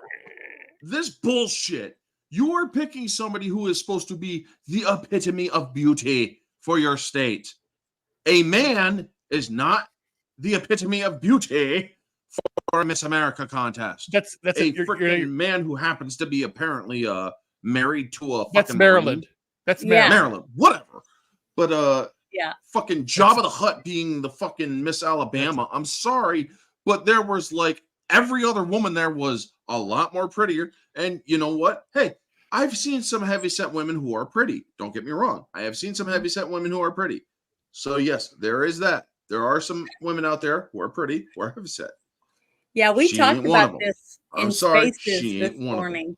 Was one of my friends, Gadsden. He had a space, and he was talking about this topic right here that we're talking about with this man that won by tucking or whatever. And pretending to be a woman over all the women for that position to be in the Miss America pageant, right? And I'm like, if that anything like that ever happened with my daughters, okay, at school, or because I remember them sending notes home saying they're gonna have alternate lifestyles taught, blah blah blah, different things. And I would say my kid's not coming to school that day. I just would keep them home. And I was just wondering why a parent would send their kid on a scholarship and help pay for their way to go to college or something, right? For running, for track, or whatever it is, swimming, okay? And then you find out that your daughter isn't going to be eligible maybe for the Olympic team because they can't compete with this person on their team because they can't win. They can't get the points they need to go to the other teams to be able to be competing for, the higher up stuff. That's how it works. Okay. Because it's always this one person dominates everything. And it's not even a real woman. Okay. It's a guy. Well, speaking of the Olympics, remember back in the old Cold War days, when you had the East German teams and you had them were like all roided up, the women, I'm from East Germany, and it's like those were like as close to I remember they did a lot of tests on them to see if they were on testosterone or something. Yeah, exactly. So it's like so that. then now are they gonna allow that now? Someone says I'm a woman now. I mean, because you can't drug test these people to be in the Olympics because they are on drugs. Hormones. They're on hormones. Yeah, they're on hormones. So how are they going to get around that? Yeah, that's the thing. That's the big crazy thing here. It's like you're drug tested for, and then they're on hormones. Yeah, but see, that just shows you the government is bending the rules for some and saying a big F you to everyone else. Right. If you worked for your whole from 5th grade up to you graduate from high school, now you're in college, right? And you did it because of track or soccer or whatever it was, and you worked hard every weekend. That's what you were doing, training to get better at kicking the ball and be able to bounce it around, whatever it is that you were doing. And now you're in college and you find out that guy is going to be competing with you every day. All right. It's not fair. And I wouldn't want my daughter to be in those things. I would say, no, my daughter's not being on that team, or she's not going to play with you guys. And if more mothers and fathers would say, my daughter is not going to compete against a man and have a man in the locker room with her and stuff like that, I'm just going to pull her out of the school. We're going to find somewhere else to take her. If everybody did that, how long would those activities go? Not very long. But see, just like what happened with Bud Light, you got a buttload of people pissed off, not spending their money and speaking out against something. It made a difference. But see, when you have people just sitting on your ass saying, oh, well, there's nothing I can do about it. Well, there is. You get on your Facebook, you get on your other things that you're on your phone 24/7 and tell them, hey, we're going to get this group of people and we're going to not go to these teams. We're not going to do it. And if only 3 or 4 people show up to each of the things, they don't have a team. Yep. Okay. And guess what? They're going to have to say, well, you have to make your own team. If you want to play ball and there's like 4 transgender people, gather some more transgenders that want to play and you have your own team. So you can have your team of transgenders playing against other teams of transgenders. Okay. Because it's not fair for a young woman who's not on a bunch of meds and isn't built like a guy with man's muscles and man's bones and more narrow hips and all the different things, because you are physically different than a woman, period. Doesn't matter how much makeup you put on or how many ribs you have removed or how many boob jobs you get. You're still a guy biologically. So your muscles, mass and stuff is different, and you will not be able to compete with women. It's just, fairly, it's just not going to work. It's wrong. And I really hope that more people will stop saying, my daughter's not going to be in that. I mean, I don't know how many men have daughters, but I can tell you right now, every man that I've ever talked to that has a daughter, they would say, F that shit. I'm not even going to let her date. They're very, very protective over their girls. But when it comes to this, for some reason, we just turn around and look the other way. I don't understand that. Yeah, I know. No more scholarships for girls or something. No more women. Why is it called the Miss America pageant if you're not a woman? Exactly. Why don't they just call it America pageant, and anybody and their brother Lunatic can fringe wear is whatever they falling in love want with you. and go up there and do a show for it or something. See, I don't know. It's sad. This whole thing is just pitiful. I don't know where we're going to end up if something that doesn't happen. And a lot of people are saying, "Oh, it's all going to get better when Trump is elected." I'm like, all right. It ain't going to be an immediate fix, folks. I know, but if Trump is elected in November, right? We still have all the way to January. And a lot of shit can happen. That's right. So that's what I'm saying. Us Americans have to start taking some responsibility in our own towns, in our own states, and fight for what we have in our states. And then once we own our states, then we can start saying our governor, our senators, stuff are all going to go there and they're going to stand up for us instead of them. So once we start doing that, that's when we'll get our countries back. And we have to keep holding our people that we put in office accountable for everything that they say they're going to do. If they say they're going to fix the roads every week, would you see that pothole still there? Call them and say, hey, I still got 4 potholes on my street. You guys said you were going to fix them and they're still sitting there.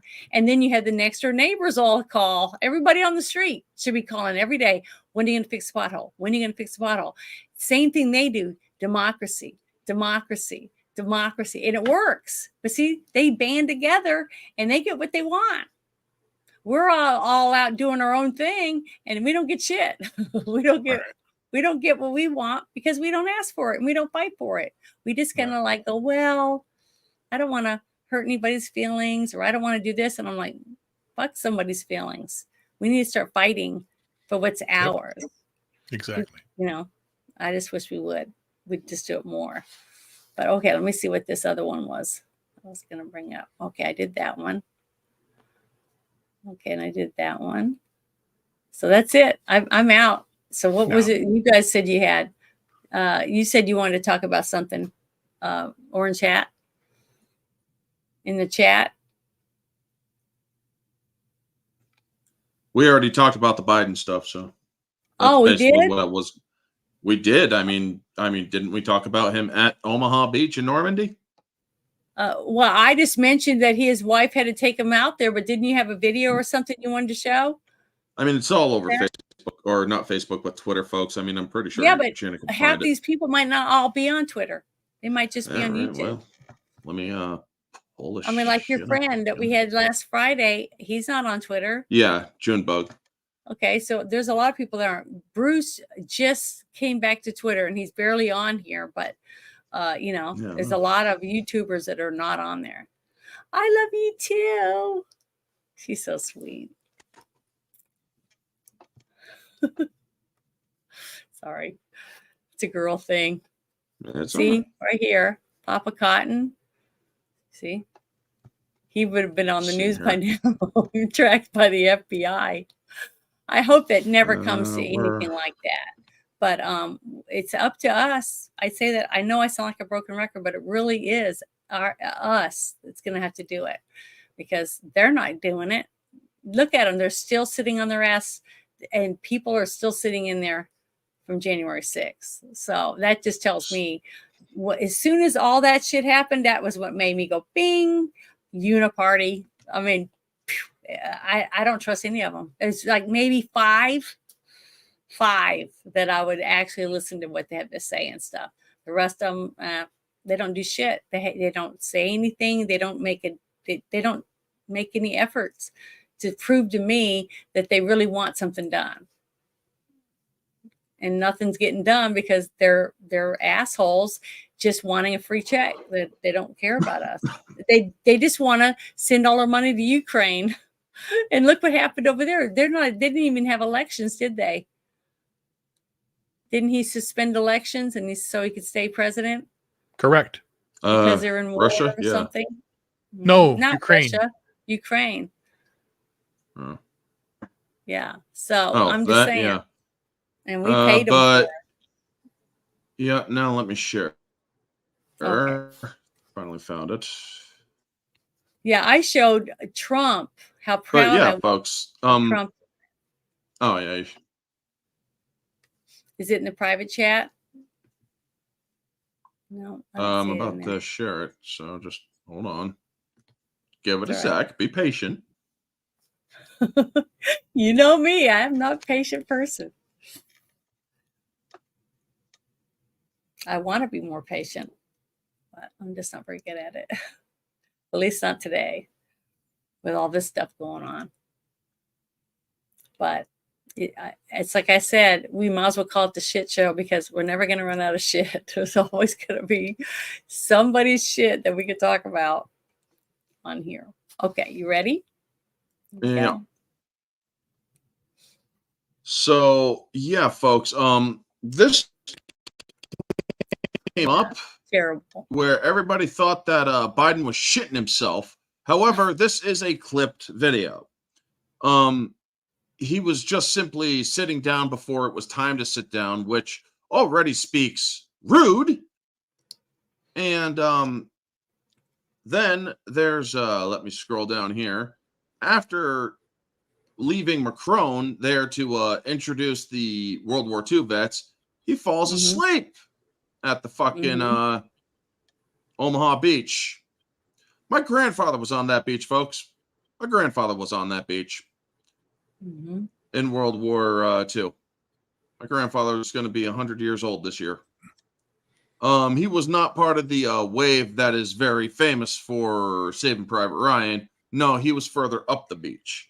But he was still on Omaha Beach. But yeah, this guy who is our president, a lot of people are, because he was cranking over and grimacing and shit, everybody's thinking he's shitting himself because he already shit himself in front of the Pope. Yeah. And had to get changed in a different suit and whatnot. Yep. But the fact that this man is talking about the war in Ukraine at this celebration, giving another fucking Nazi speech, essentially, has the gall to do that with these people who are infinitely more brave than this man was ever. And this man, yes, he has no business in being in Normandy. And the fact that this man has torn asunder the peace in Europe and has the gall to honor these soldiers who fought and gave as much as they could to bring peace to those shores, this man has torn it asunder by using Ukraine to attack. Yeah, that recently happened. He had, or he gave a silent order to the Ukraine, or to Ukraine, to use American-made weapons against Russia, which is going to trigger World War III. So yeah, I did say I will wait till I fully hear about that news report before I say anything on it. Now that I actually have, yeah, I don't approve at all. I wouldn't have, even if Trump did it. I would have said any fucking president who is pushing this war is a fucking warmonger. And Biden and his freaking nurse aide there, who happens to be his wife, the fucking street hooker, I call her, because she got off of Air Force 2 or whatever it was in fishnets and a trench coat. He knew her when he was a kid, didn't he? They fucking he fucking cheated with his wife and on her, or with her, and she fucking cheated on her husband with him.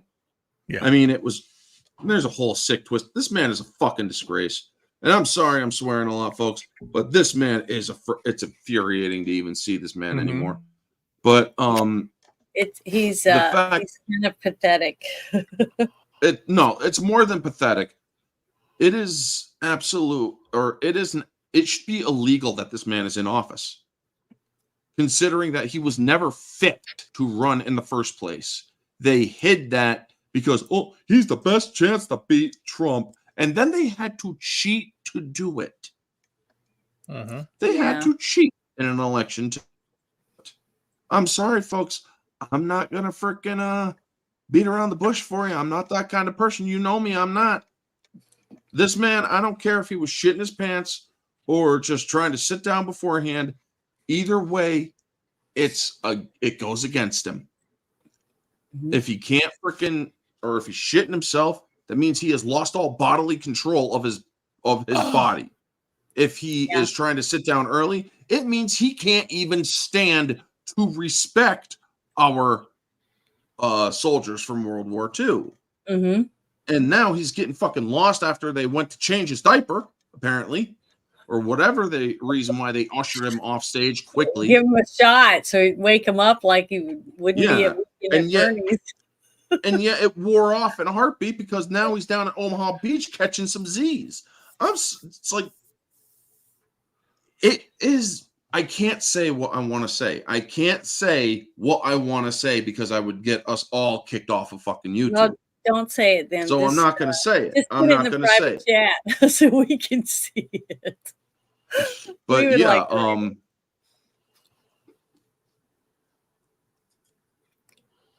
here we go.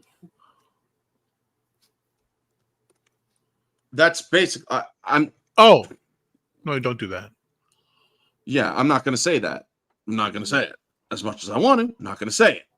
Mm-hmm. But the fact of the matter is, this man belongs nowhere near the Oval Office, nowhere even near Washington, D.C. He belongs in a Delaware retirement home where he is sucking on frickin' ice cream all day to keep his dementia at bay. By the way, folks, you know how he's always going out for ice cream? How he's always sucking down the cones and catching some chocolate?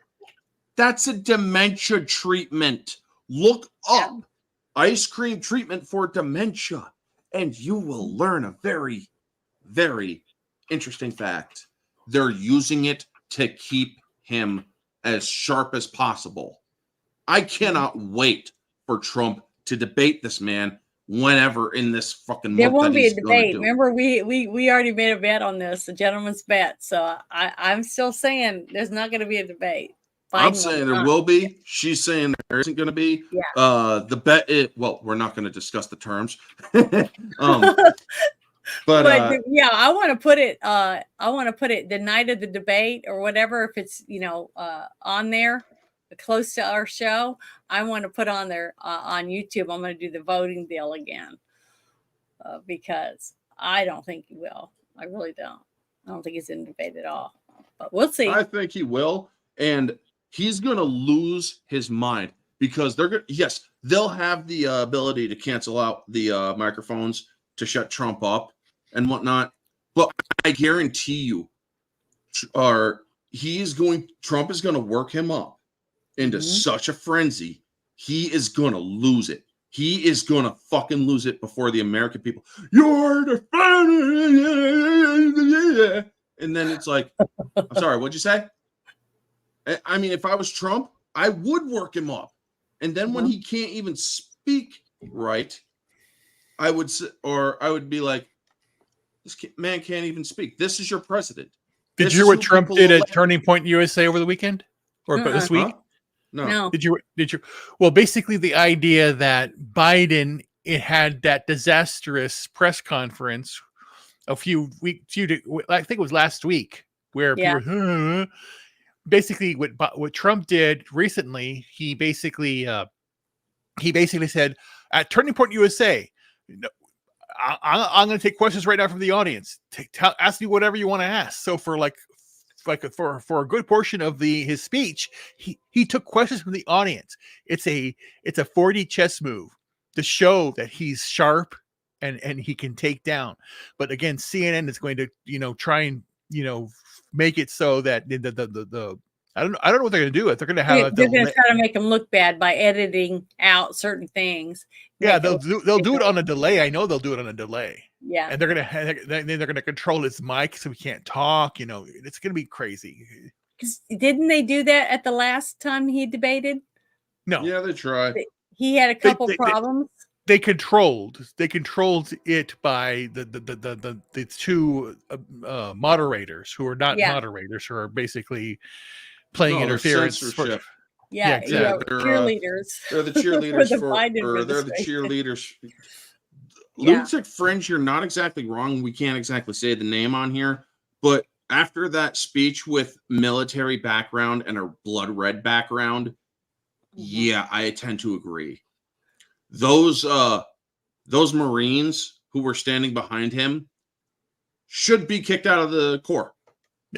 All I heard was dun, dun, dun, dun, dun, dun, dun, dun, dun. Yeah, that was pretty. I was hearing the "Be Prepared" song from Lion King with, and pretty sure I heard marching sounds. And does what he's told. Okay, basically the best he can, and whoever is in charge is setting up all the colors and the speeches and what he wears and how they set up the furniture and everything. So I just don't know. I just wish I knew who it was. Who's the puppet master? You know, that's what I want to know. Right. I would love to hear. Who do you guys think it is? Anyone in the chat, give us throw something out there and let us know who you think the real puppet master is, because everybody kept saying it was George Soros, but I don't think it is. George Soros is freaking on a deathbed right now, sucking down oxygen. Well, like it's candy. It's Obama's handlers. There's Ron Klain, Valerie Jarrett. There's and then a lot of behind the Obama administration in there too. Yeah, yeah. Why does Danny Milner sound? Why does that name sound familiar? He's on Twitter. Yeah, I know, but the name sounds familiar. Like, why do I know that? Did I hear it in a freaking? Did I hear it in a movie or some shit? I'm movie oriented. That's why I asked. But see, there's a couple people that believe that saying it's Why is he allowed to be in Normandy? Unfortunately, because apparently some delusional fucks believe this man is president. Yeah, I if you need one person, Barry Obama. Yeah, the people that not the Guardians of the Galaxy, but the Legends of Tomorrow had to save from Gorilla Grodd, who literally drops the line, "It's time to make America Grodd again." Yeah. As if they couldn't put too much of a fine point on the picture that they were basically painting Gorilla Grodd, a freaking telepathic ape, as Donald Trump. It's like, shit. I mean, I just want to quote Vivek Ramaswamy, because he said it as epically as possible when he was talking about that fucking loser black dude on CNN who was flipping his shit. Shut the fuck up. Shut the fuck up. I mean, seriously. You all wanted him. You fucking got him. The only unfortunate side effect is that we had to fucking suffer with you before you finally got that reality check, that fucking crack across the face that you all fucking deserve. Yeah, but there's so many that haven't gotten it yet. Some of them haven't. You're right. Not all of them are. They're unfortunately wrong. Unfortunately, Janet, there are people who are just too dumb to save. And you know what? I'm not going to freaking shy away from that, folks. There are some people I've heard that before. Fucking go down with the ship. Mm-hmm. I mean, there's some times where I feel that Thanos may have had a good fucking point. But you know what? I'm not willing to actually go as far as erasing half the galaxy or half of the universe or whatever. No, however, if I was to snap, I wouldn't so much get rid of people. However, I would get rid of certain idealisms. Yes. Wouldn't it be great, though, if you could snap your fingers and make all the people that are doing all these dumb things and all making all these bad choices, and they would all be babies again? No, I wouldn't make them babies.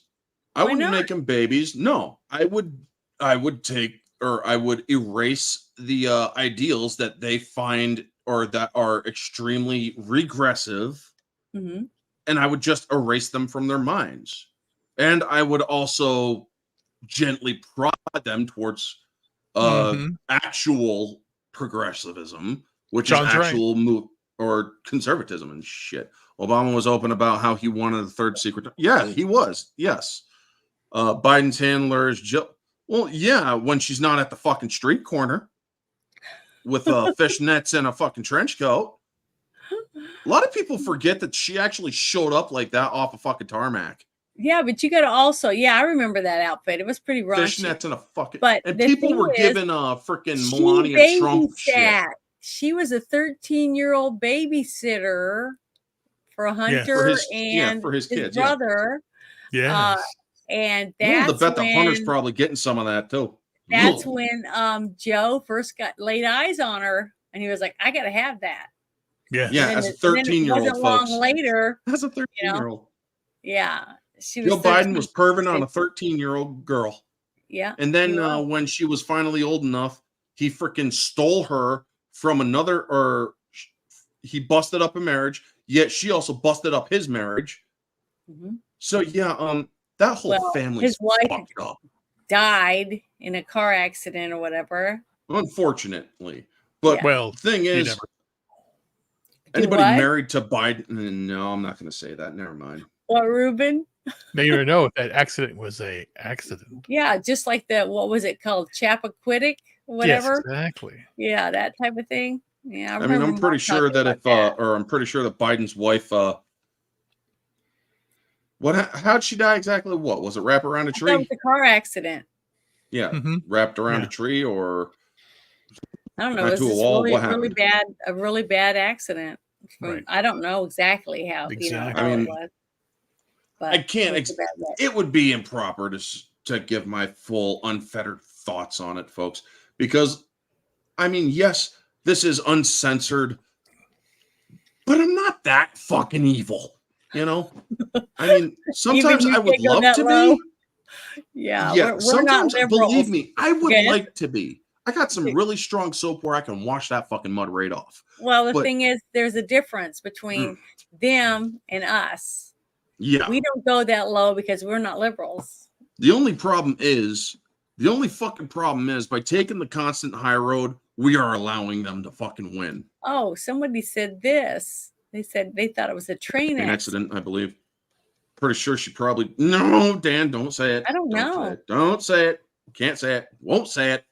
I have no idea. But the thing is that, I will she's say it still in the with private them. chat, though. She's still with them, though. So, why would she stay with them all this time? Besides just money, I guess. Prestige. Just like a lot of people. I heard a lot of people talking about how during this the Hunter case and stuff, that a lot of people didn't want, don't want to be involved in any of it because they're afraid of the Bidens. So this whole thing coming out with this that Laura Loomer put out about the Facebook post. Laura Loomer. I don't know. I just can't wait to see. We'll know here within a few days whether it's real or one not. thing I did like about Laura Loomer was that she actually recorded Rashida Tlaib assaulting her when she was asking Ilhan Omar a question. She's like, "Oh yeah, I really liked it," and she tried grabbing the phone and assaulting Laura Loomer, and it's like, fucking Laura Loomer was, or they said she was at fault. It's like, a congresswoman just assaulted a reporter. That should have been fucking headline news right then and there. But, it wasn't, unfortunately. Laura Loomer isn't a reporter. She is a fringe right-wing media or ambush media. It's like, no, she's actually trying to get information to report to the public. She is a reporter. Mm-hmm. Yeah. And she looks and digs and tries to find the facts, and people don't like it. Yeah, so and she called I don't like her. Oh, some also fun facts, folks, because a lot of people I remember when Rashida Tlaib tried selling this to the American people. She swore in on Thomas Jefferson's Quran, trying to imply that Thomas Jefferson was a Muslim. He was not a Muslim. He was a diehard Christian. The reason why he had a Quran was so that he could understand his enemy and therefore learn how best to eradicate them. Yeah, my dad has one. He also has a Torah and a couple other different Bibles because he's always reading up on stuff, wanting to understand. It's best to know why they make these decisions. Yeah, and it is. You just like what was it? What's that saying? Keep your friends close, but keep your enemies closer, or something like that. Yes, keep your friends close, enemies closer. You need to know what you're up against, and that's what I'm trying to. That's what I think we're doing, basically. Well, John, now I feel bad for putting that in the private chat. Why? What is it? Oh, because apparently it wasn't just her that died; it was his daughter as well. that's right. They did lose a kid. I remember that. Yeah, unfortunate. That's sad. Or planned.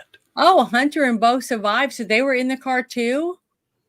And didn't they sue that guy? I have no idea. The truck driver, saying he was an alcoholic and a whole bunch of stuff. He was, or no, he was. But he wasn't. He wasn't. That 40 or that 40s. That 40s German was not part of Islam. He hated Islam. He hated anything that wasn't Christian or Catholic. Mm-hmm. He was a religious extremist bigot. He took it to such a degree that even God abandoned him. Mm-hmm. So, yeah, I wouldn't go that far, Lunatic Fringe. I mean, as much as I dig your name, that is way out there. That's beyond the fringe. Yeah. Hunter looks like his mom and sounds like his dad, because if you heard you put those two in a room together and have them talk, you would think it's both the same or you would think it's the same person talking. I mean, have you guys heard Hunter Biden speak? A few times on his He videos. He sounds just like his father.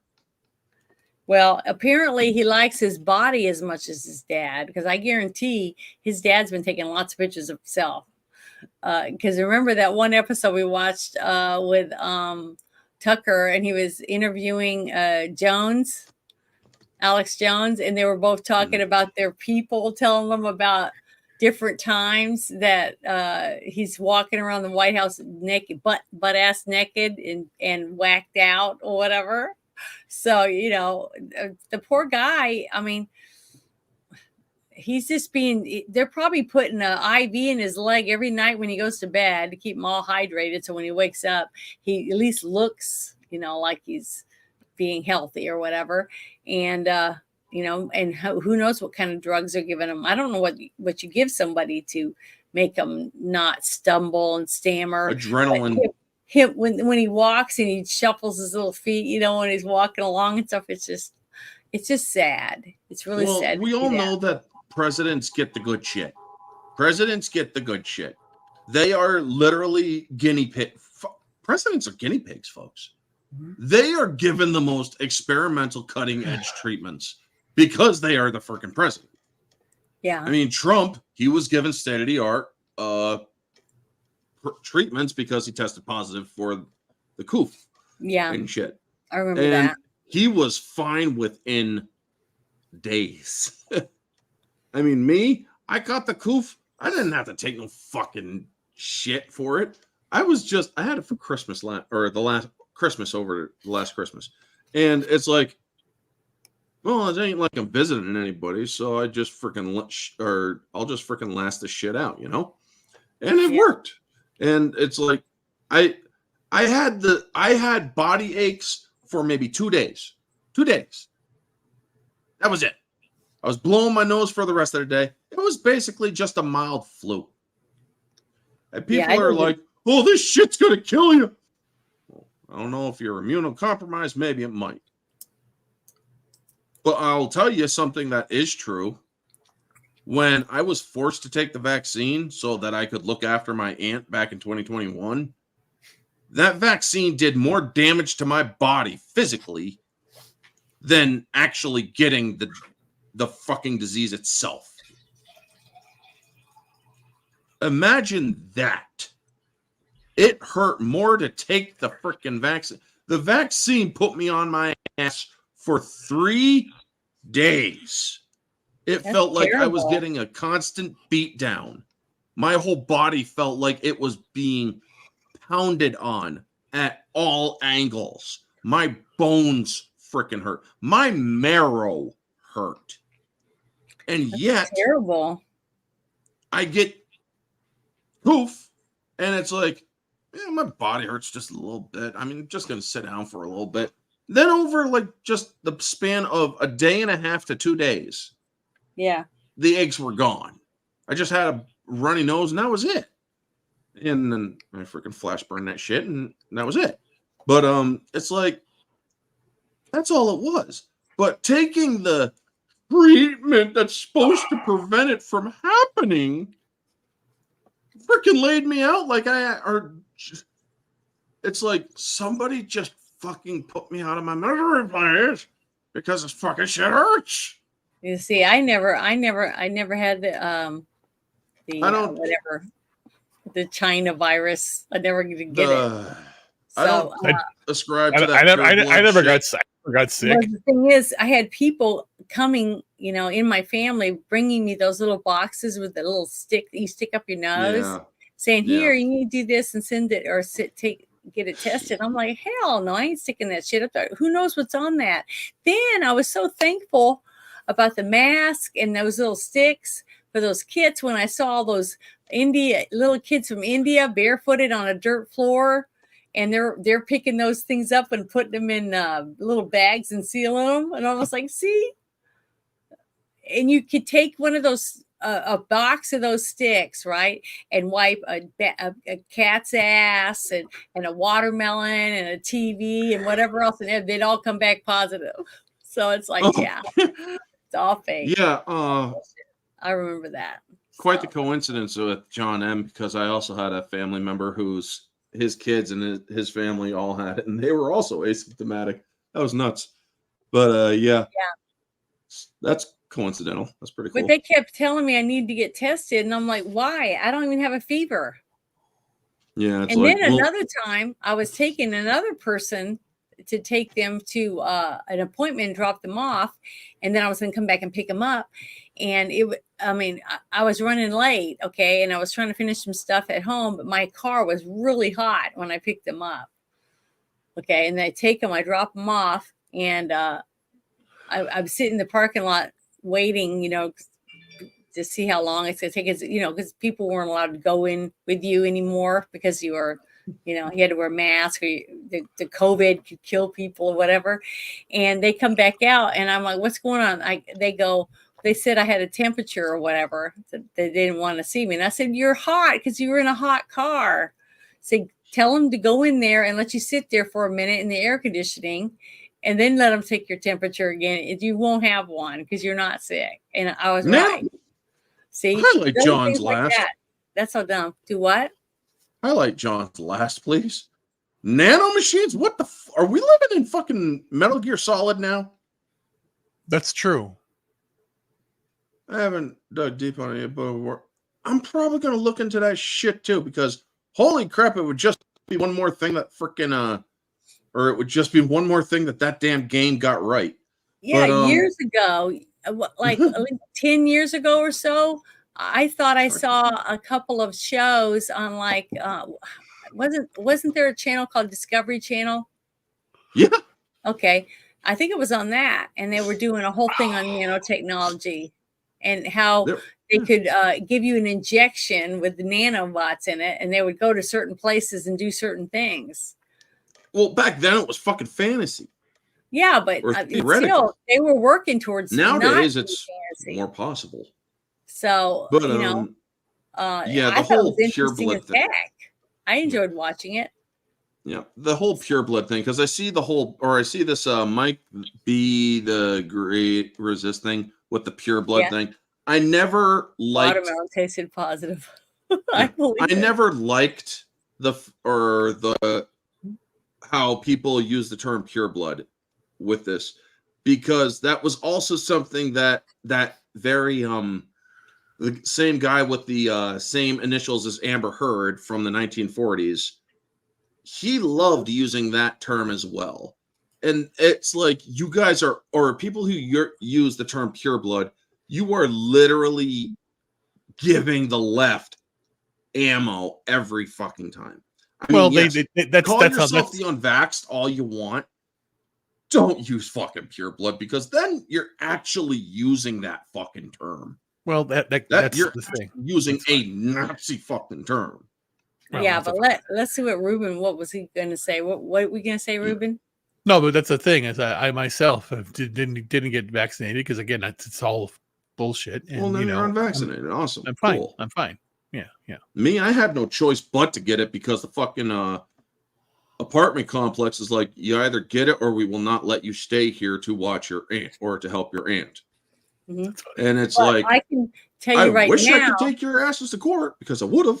The medical community look at you differently if you're unvaccinated, because I can tell you right now, they are putting stuff out on websites and stuff that if you have unvaccinated sperm and unvaccinated eggs, so fertility clinics are looking for people that are not vaxxed. And blood donations, yeah, they're looking for all the ones all that are that stuff. Yeah. So it's not just us making up, oh, I'm a pure blood or whatever. I don't used to say pure blood, but you got to remember a lot of these people are in the Harry Potter time, you know, that was big. Yeah, so they'll you're think not of a it muggle. that way You're not a because the whole muggle, pure blood that type of mania thing. there too. But Yeah, you also got to think of it there they're too. influenced by It something. was used so that's by what a used to very. work. It was used by the villain of that shit too. Mm-hmm. That's fine. I agree. But the thing is, I understand that point of view. But see, I'm trying to think of it more of it's a term No, that man, people you use keep it, Mike. Keep it if you want. I'm not telling you to get rid of it. I'm just giving my thoughts on it, man. Do what? What are you saying? Mike's saying he's going to remove it. It's like, dude, keep it. It's up to you, man. We don't mind. That's your personal choice. I'm just giving my personal thoughts on it, which we're all allowed to do. That's all we're doing. We're not. Dude, I'm surprised you haven't even been arrested yet for not taking the vax. I mean, if you live up in Canada, how the hell are you still free? Yeah, I got a lot of friends that are in Canada that haven't had the vax, and in Australia, believe it or not, there's people in Australia that didn't get it either. Same here. I know a couple people over. There's a lot of rebels out there around the world that were able to do whatever they needed to not get it. So I think it's great. But the thing is that I do have feelings for all the people that were forced into something against their will. I just think that is so wrong. It's not America. And there's so much stuff, just like when I'm always talking about the woke agenda, they're forcing us to have to sit and watch a show with all these stupid points of view that we all go, what the hell is this stuff? I mean, you don't need this crap in it to make it a decent show, but they put it in there not to make it decent. They just do it because they want you to hear their point of view without you being able to fight back and say nothing, see, because they always win. Because they can say anything they want in a TV show or a commercial, whatever, and you're just sitting there like a zombie watching TV. And who knows if they got those little things going off in the corner, the subliminal things that they used to use like in the 50s and make you want to go to the snack bar, get a hot dog or whatever, all that stuff. Like John's second to last one, the allegedly one. Right here. Yeah. If that's the fucking, I know John personally. I know him personally. Dude, that sounds like fucking Fox Die from Metal Gear Solid. That sounds like Fox Die from Metal Gear Solid. Tell me that doesn't. How many people have heard of Metal Gear Solid? Janet, you probably haven't. No, really? I don't think I've heard. I haven't heard of it. What is it? It's a video game from Japan, of all places. Great game. Well, I have heard of something similar to that, so that might be what you were talking about. Let me explain it. This game has the main character, Solid Snake. He is a clone of the greatest soldier on Earth, was known as Big Boss. Well, in this game, he is given a shot, and it's called nanomachines. They give him so that he can be tracked. It's an espionage game. It's a super spy game, and it's a pretty good game. Spawned a series of sequels and whatnot. However, there's a plot point in the game in which that shot was also a virus that is killing people that you're there to save. Every time you save a couple of people, well, they end up dying from a supposed heart attack. And then it's explained later what this thing does. It's engineered for certain genetics, and then as soon as they're exposed, they're killed due to exposure to the vector or the person carrying the virus. And it's like, you gotta be, so what he is saying essentially with that comment is just sort of describing fox die, which was the name of the disease, or which was the name of the virus and shit. And I'm thinking to myself, dude, if they're actually doing, plus nanomachines, what he was saying is also part of that game as well. They talk about it a lot. It's extremely part of the whole thing. And not to mention the second, oh my God, I should pull that shit up for you guys to watch. Well, what are they made of? What are the nano things made out of? They're nano machines. They're tiny machines. Metal. They help right? they help regulate your body temperature. They'll keep you from catching a cold. Interesting. Remember when people were first getting the vaccination and they were saying, look, a magnet sticks to my arm. Remember that? Oh, yeah. Okay, so I'm just saying, I think that there was a lot of metals or something, and maybe it was nanobots for the people, because it didn't happen to everyone. I knew a couple of friends who tried it and they said it didn't do anything, but others that did, and they said, yeah, it stuck to my arm. So I guess it depended on where you lived and what city you were near, whatever, when you got the jab, what the effects were when it came to whether the magnet would stick to you or not. So I don't know. I think it's really interesting. And yes, Jake, that game was seriously innovative. But yes, I'm gonna actually pull up because I have the two videos saved. Folks, Metal Gear Solid 2 came out in 2002, 2004. And it was a huge hit as well. And yet there is an AI that talks about how controlling information, yada, yada, yada. So once I find it, I'm going to pull it up and tell me it doesn't sound like stuff that the Democrats did over the last few years. Well, see, that's one thing a lot of people say about the CIA and working with Hollywood and stuff, right? Is the fact that since way back, what was it, in the 20s or the 30s or something? Okay, that they started doing it. That's the best place to get sci-fi information is from people's imaginations about lasers and everything. Where does most everything come from? Somebody thinks it up and they go, wow, we need to do it. And they start fiddling around until they end up and they become an inventor. They've invented something, and that's ingenuity that they were getting and collecting. Okay. And so what they did was they started reading all these scripts and thinking, wow, we could do this. This is a good psyop. We could use this on people. So some of them they'd make into movies, and then others, I think they probably just used it and wrote, procedures or whatever to have these things happen because someone in their imagination had thought about it. It could be possible if the government would do this or do that. And maybe that's where they got a lot of this information and decided to try these things on real people like us. Because if you watch, did you watch Fallout? Did you guys watch Fallout? Okay. That's based on a game, right? Okay. And in the game, the whole thing is fallout from nuclear war, which they did on purpose because they wanted people to buy these underground shelters, supposedly, and they were strategically put in certain areas in certain states. And then each state or person that owned whatever unit they had, they got to do different studies and tests on the people, the subjects down there, because basically they were turned into lab rats when they went down there. They were breathing in certain chemicals, or their food was tainted with something to see how people would react. And then they had one actual thing underground. This is just a game, though, that they didn't do anything to them. They let them just to see what would happen with them. And it's just been interesting watching it because I know a lot of it probably was more dramatic than the game or something, but they said it was like Fallout 4.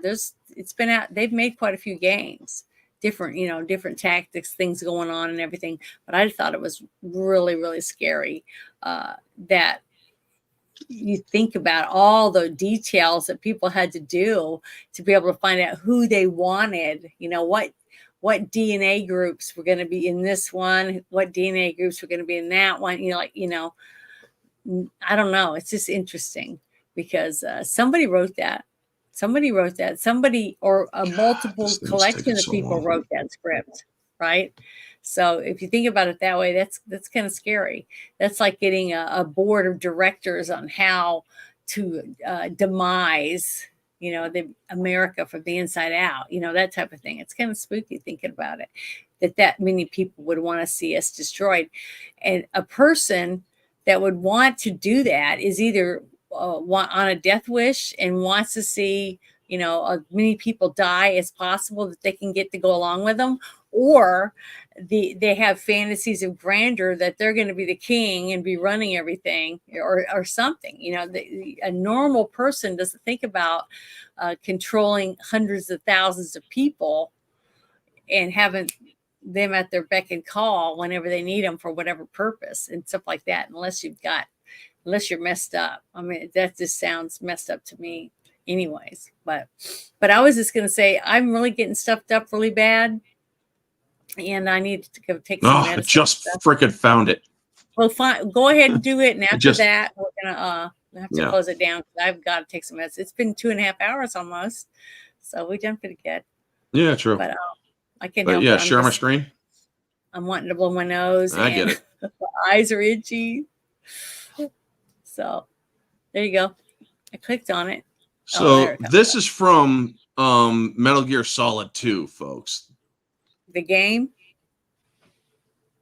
Years on this channel, I have made videos on various topics, but by far the most popular form of video I've done centers on video game analysis. What I think made them so popular is that instead of being your usual video game review, I have focused primarily on narrative. Specifically, I have focused on what I believe are the best stories in the video game canon. For 20-odd years, video game narratives have been demonstrating a capacity to confuse, entice, and emotionally manipulate their audience in the most positive of ways. Most recently, in fact, I've been putting forth the argument that video game narratives have demonstrated such sufficient profundity that they sometimes have matched the greatest stories told in other mediums. To continue our collective celebration of our modern-day digital mythology, I would finally like to give full attention to a game which, I would argue, has the most profound moment in gaming history. I refer to the final codec conversation from Metal Gear Solid 2. While I have done several videos on Metal Gear Solid 2 in the past, I have never given full analytic attention to this specific moment. The main reason why is because somebody has already done so. My all-time favorite YouTube video is titled The Most Profound Moment in Gaming, MGS2 AI Conversation Analysis. Though it was released almost 9 years ago by its creator, Logo Steve, I pondered for a while how I might do a better job than he did. However, given our current cultural context, I believe I have a few other worthwhile things to contribute. The advent of subjects like fake news, the resurgence of rampant political correctness. That wasn't. And our tendency towards online tribalism has imbued this conversation with a much denser sense of meaning. To those who consider themselves gamers but have never played a Metal Gear Solid game, you are obligated to at least listen to this final conversation. Not only will you be enlightened by its philosophical commentary, but you will be terrified by its implications, as I have been for my entire life. Not to mention its accuracy. Yeah. Oh shit, there's a fucking app. Hold on.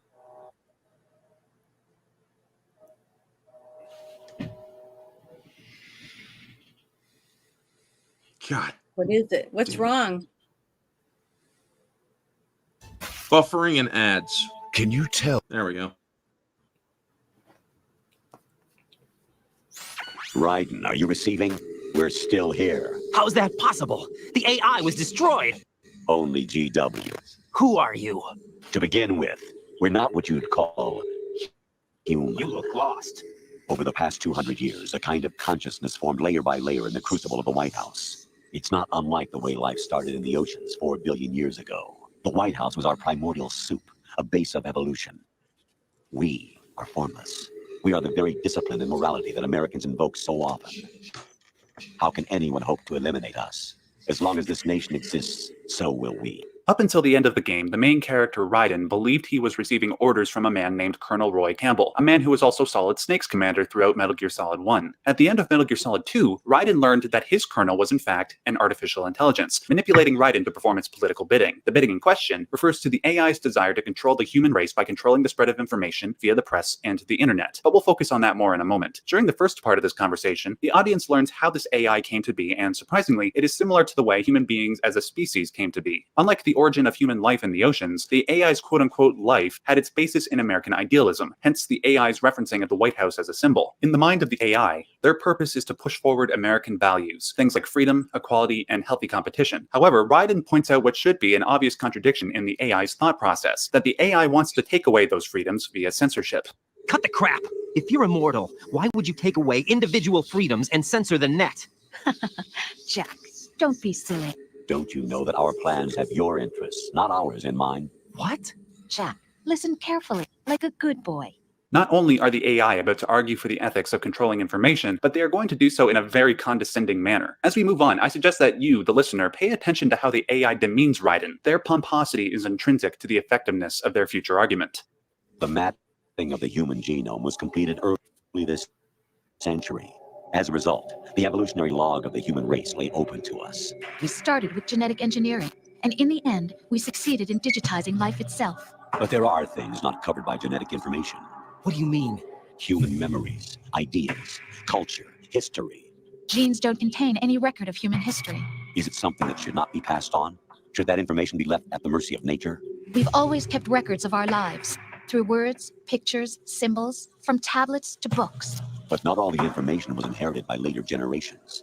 A small percentage of the whole was selected and processed, then passed on. Not unlike genes, really. That's what history is, Jack.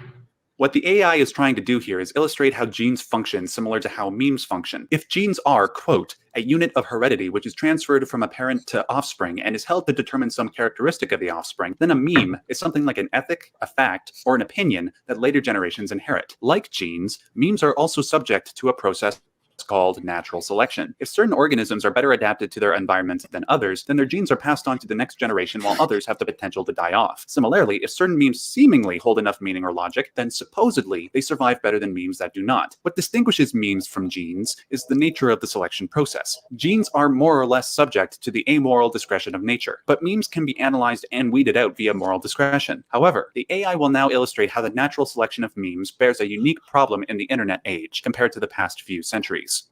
But in the current digitized world, trivial information is accumulating every second, preserved in all its triteness, never fading, always accessible. Rumors about petty issues, misinterpretations, slander. All of this junk data, preserved in an unfiltered state, growing at an alarming rate. It will only slow down social progress, reduce the rate of evolution. Prior to the internet age, information was curated. We read about the news in newspapers, watched the news on TV, and it was all funneled to us after passing through a, hopefully, professional body. Granted, there was a greater potential for curators such as journalists, editors, and academics to manipulate information to fit their various political biases, but at least there was some form of selection process going on. In the age of the internet, however, information is released so fast that it is impossible to control the discussion. Instead of listening exclusively to reporters, we are left to our own devices to derive what is valuable. Except, unlike the curators in the pre-digital age, the general population does not know how to separate the wheat from the chaff. We will focus on small, trivial issues like a celebrity's love life, rather than macro issues, such as the cumulative monetary debt of the Western world. We will only listen to news sources that confirm our pre-existing political leanings and ignore any challenging voices. If it sounds like I'm engaging in apologetics for censorship, I am not. I would never censor information under any circumstances. But what does one do in respect to the destructive influence of human bias? The AI goes on to propose a solution. Right. You seem to think that our plan is one of censorship. Are you telling me it's not? You're being silly. What we propose to do is not to control content, but to create context. Create context. The AI argues that because they are not prone to human error and have inner CPUs with greater processing power than the human brain, they would know how to curate information and present it to the human race in a way that doesn't slow human evolution. Unlike your average political body, which might censor information that is inconvenient to their cause, the AI would simply present information in the most factual way possible so that political bias would not intervene, thus cooling political tensions across the political spectrum. Of course, if something like the AI censorship program came into place, ethical questions would arise regarding whether or not this compromises human freedom, specifically our quote-unquote free will. will. Ideally, human beings should have the autonomy to make their own decisions, no matter what mistakes may follow. In response, the AI argues why the problems that arise from that freedom supposedly necessitate censorship. The digital society furthers human flaws and selectively rewards development of convenient half-truths. Just look at the strange juxtapositions of morality around you. Billions spent on new weapons in order to humanely murder other humans. Rights of criminals are given more respect than the privacy of their victims. Although there are people suffering in poverty, huge donations are made to protect endangered species. Everyone grows up being told the same thing. Be nice to other people. But beat out the competition. You're special. Believe in yourself and you will succeed. But it's obvious from the start that only a few can succeed. You exercise your right to freedom, and this is the result. All rhetoric to avoid conflict and protect each other from hurt. Here, the AI illustrates the various ways in which human error corrupts truth. That human error arises from an instinctual drive to protect ourselves emotionally and physically, which truth tends to threaten. For instance, let's say a religious fundamentalist is confronted with various scientific truths that challenge their worldview. Let's say the fundamentalist loses faith when confronted by those truths. What happens psychologically is that because the fundamentalist no longer has a belief system to make sense of the world, they are thrown into a mental pit of confusion and resentment.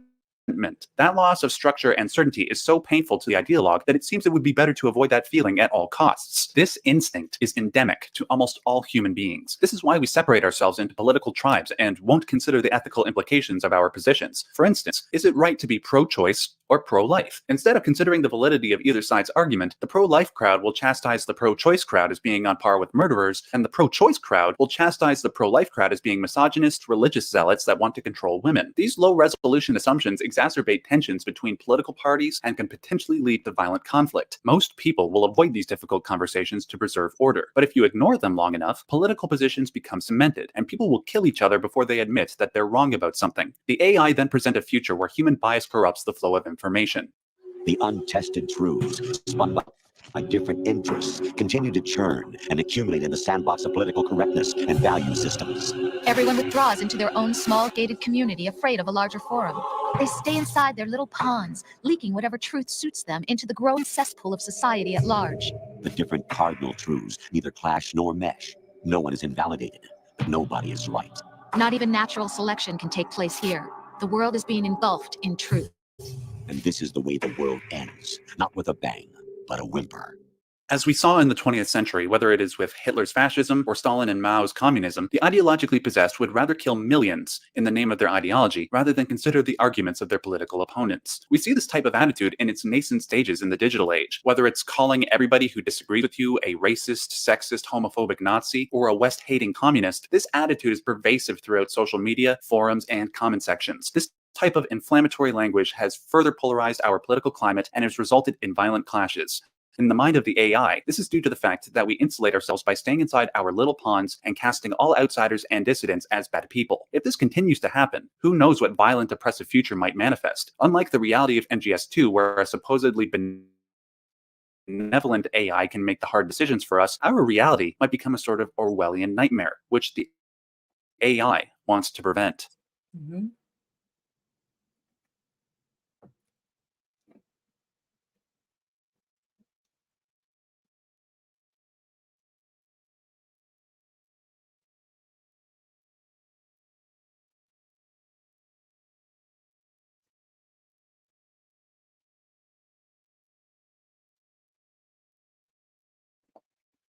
To prevent.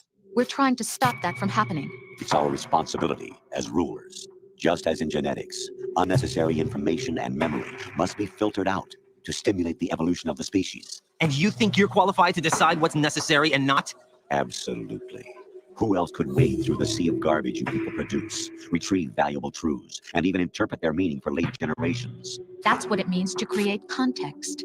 I want to remind you all that Metal Gear Solid 2 came out in 2001. This game was warning us about the advent of fake news, misinformation, and half-truths roughly 2 decades before the issue captured our collective attention. Worse yet, not only do the AIs describe a potentially dystopian future for both our reality and the reality of the game, but they also make us inadvertently realize that we currently have no constructive solution to the problem. The only tactic available at the moment is for individuals to strengthen their moral compass and call out misinformation where possible. However, given humanity's inherent imperfection, even the best of us are prone to mistakes. Worse yet, Instead of bolstering the best among us despite their mistakes, we will feverishly exacerbate the mistakes of our opponents for political gain. We see this quite vividly in what has been aptly termed call-out culture. For instance, it is thanks to this culture that there is no host for the Oscars this year. It is thanks to this culture that people will be fired from their job over a tweet they made 10 years ago. A person might even be fired for a tweet that was taken out of context when said person did nothing wrong whatsoever. Worst of all, it is thanks to this culture that we will elect politicians not based on their ethics or policies, but on how effectively they can punch the other side. And let me reemphasize, we have no solution to this problem. In the reality of Metal Gear Solid 2, however, a hypothetical solution is presented. Because people abuse the responsibility that comes along with freedom of speech and expression and would rather attack people than our ideas, a system that controls information must be set up, supposedly for our own good. The AI go into more detail regarding the solution as the conversation goes on. However, that analysis will have to be saved for the second part of this video. Thank you so much for watching, ladies and gentlemen. If you liked this, that was interesting. But that's just like I said about a script or a book. Someone writes something, other people read it, and they start thinking about how that can be used, the information from it, to you know, build a company, control people, open a school. You know, they take different things out of it and rearrange it and to make it into something they can use in real life. Yep. You know, it's just like the I will technology share that they this. say.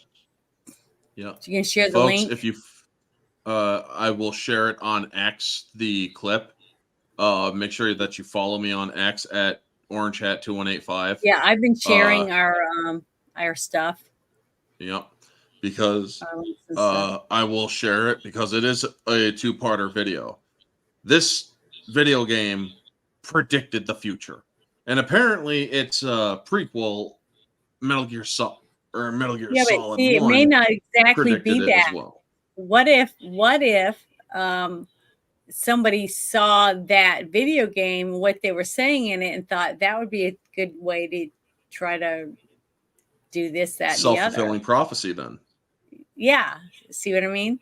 That's what I was saying about if you look at some of the stuff in historical documents and then things that's happened in the future or later, you know, years later, like 20 years later or whatever, you know, a lot of people can say, yeah, they read that and took the idea and started doing this, that, and the other with it. And now look what we got, you know, that type of thing.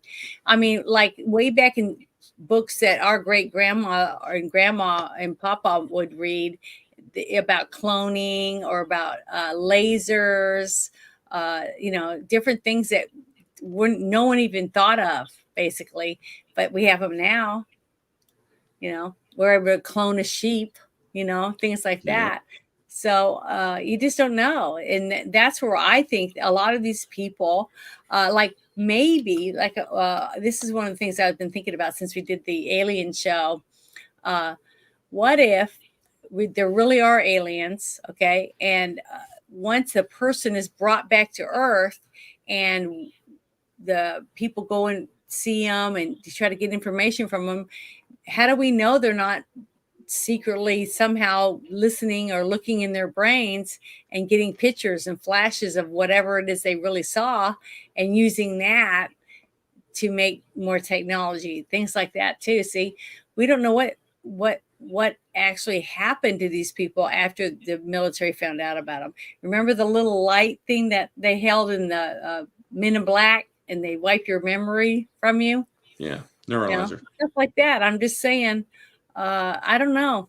I really don't. I mean, I have no proof of any of it, but how can we create such awesome technology and then say we there's no way we could ever do that, you know, different things. So I believe in that stuff. I believe that we could have alien technology that was slowly trickling out after, you know, 50, 75 years.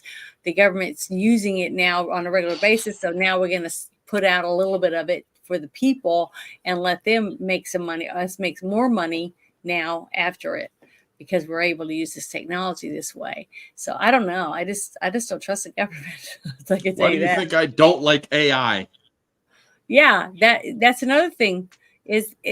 AI is something made up from someone a long time ago, but because they brought it up, made people start thinking about how could we make that?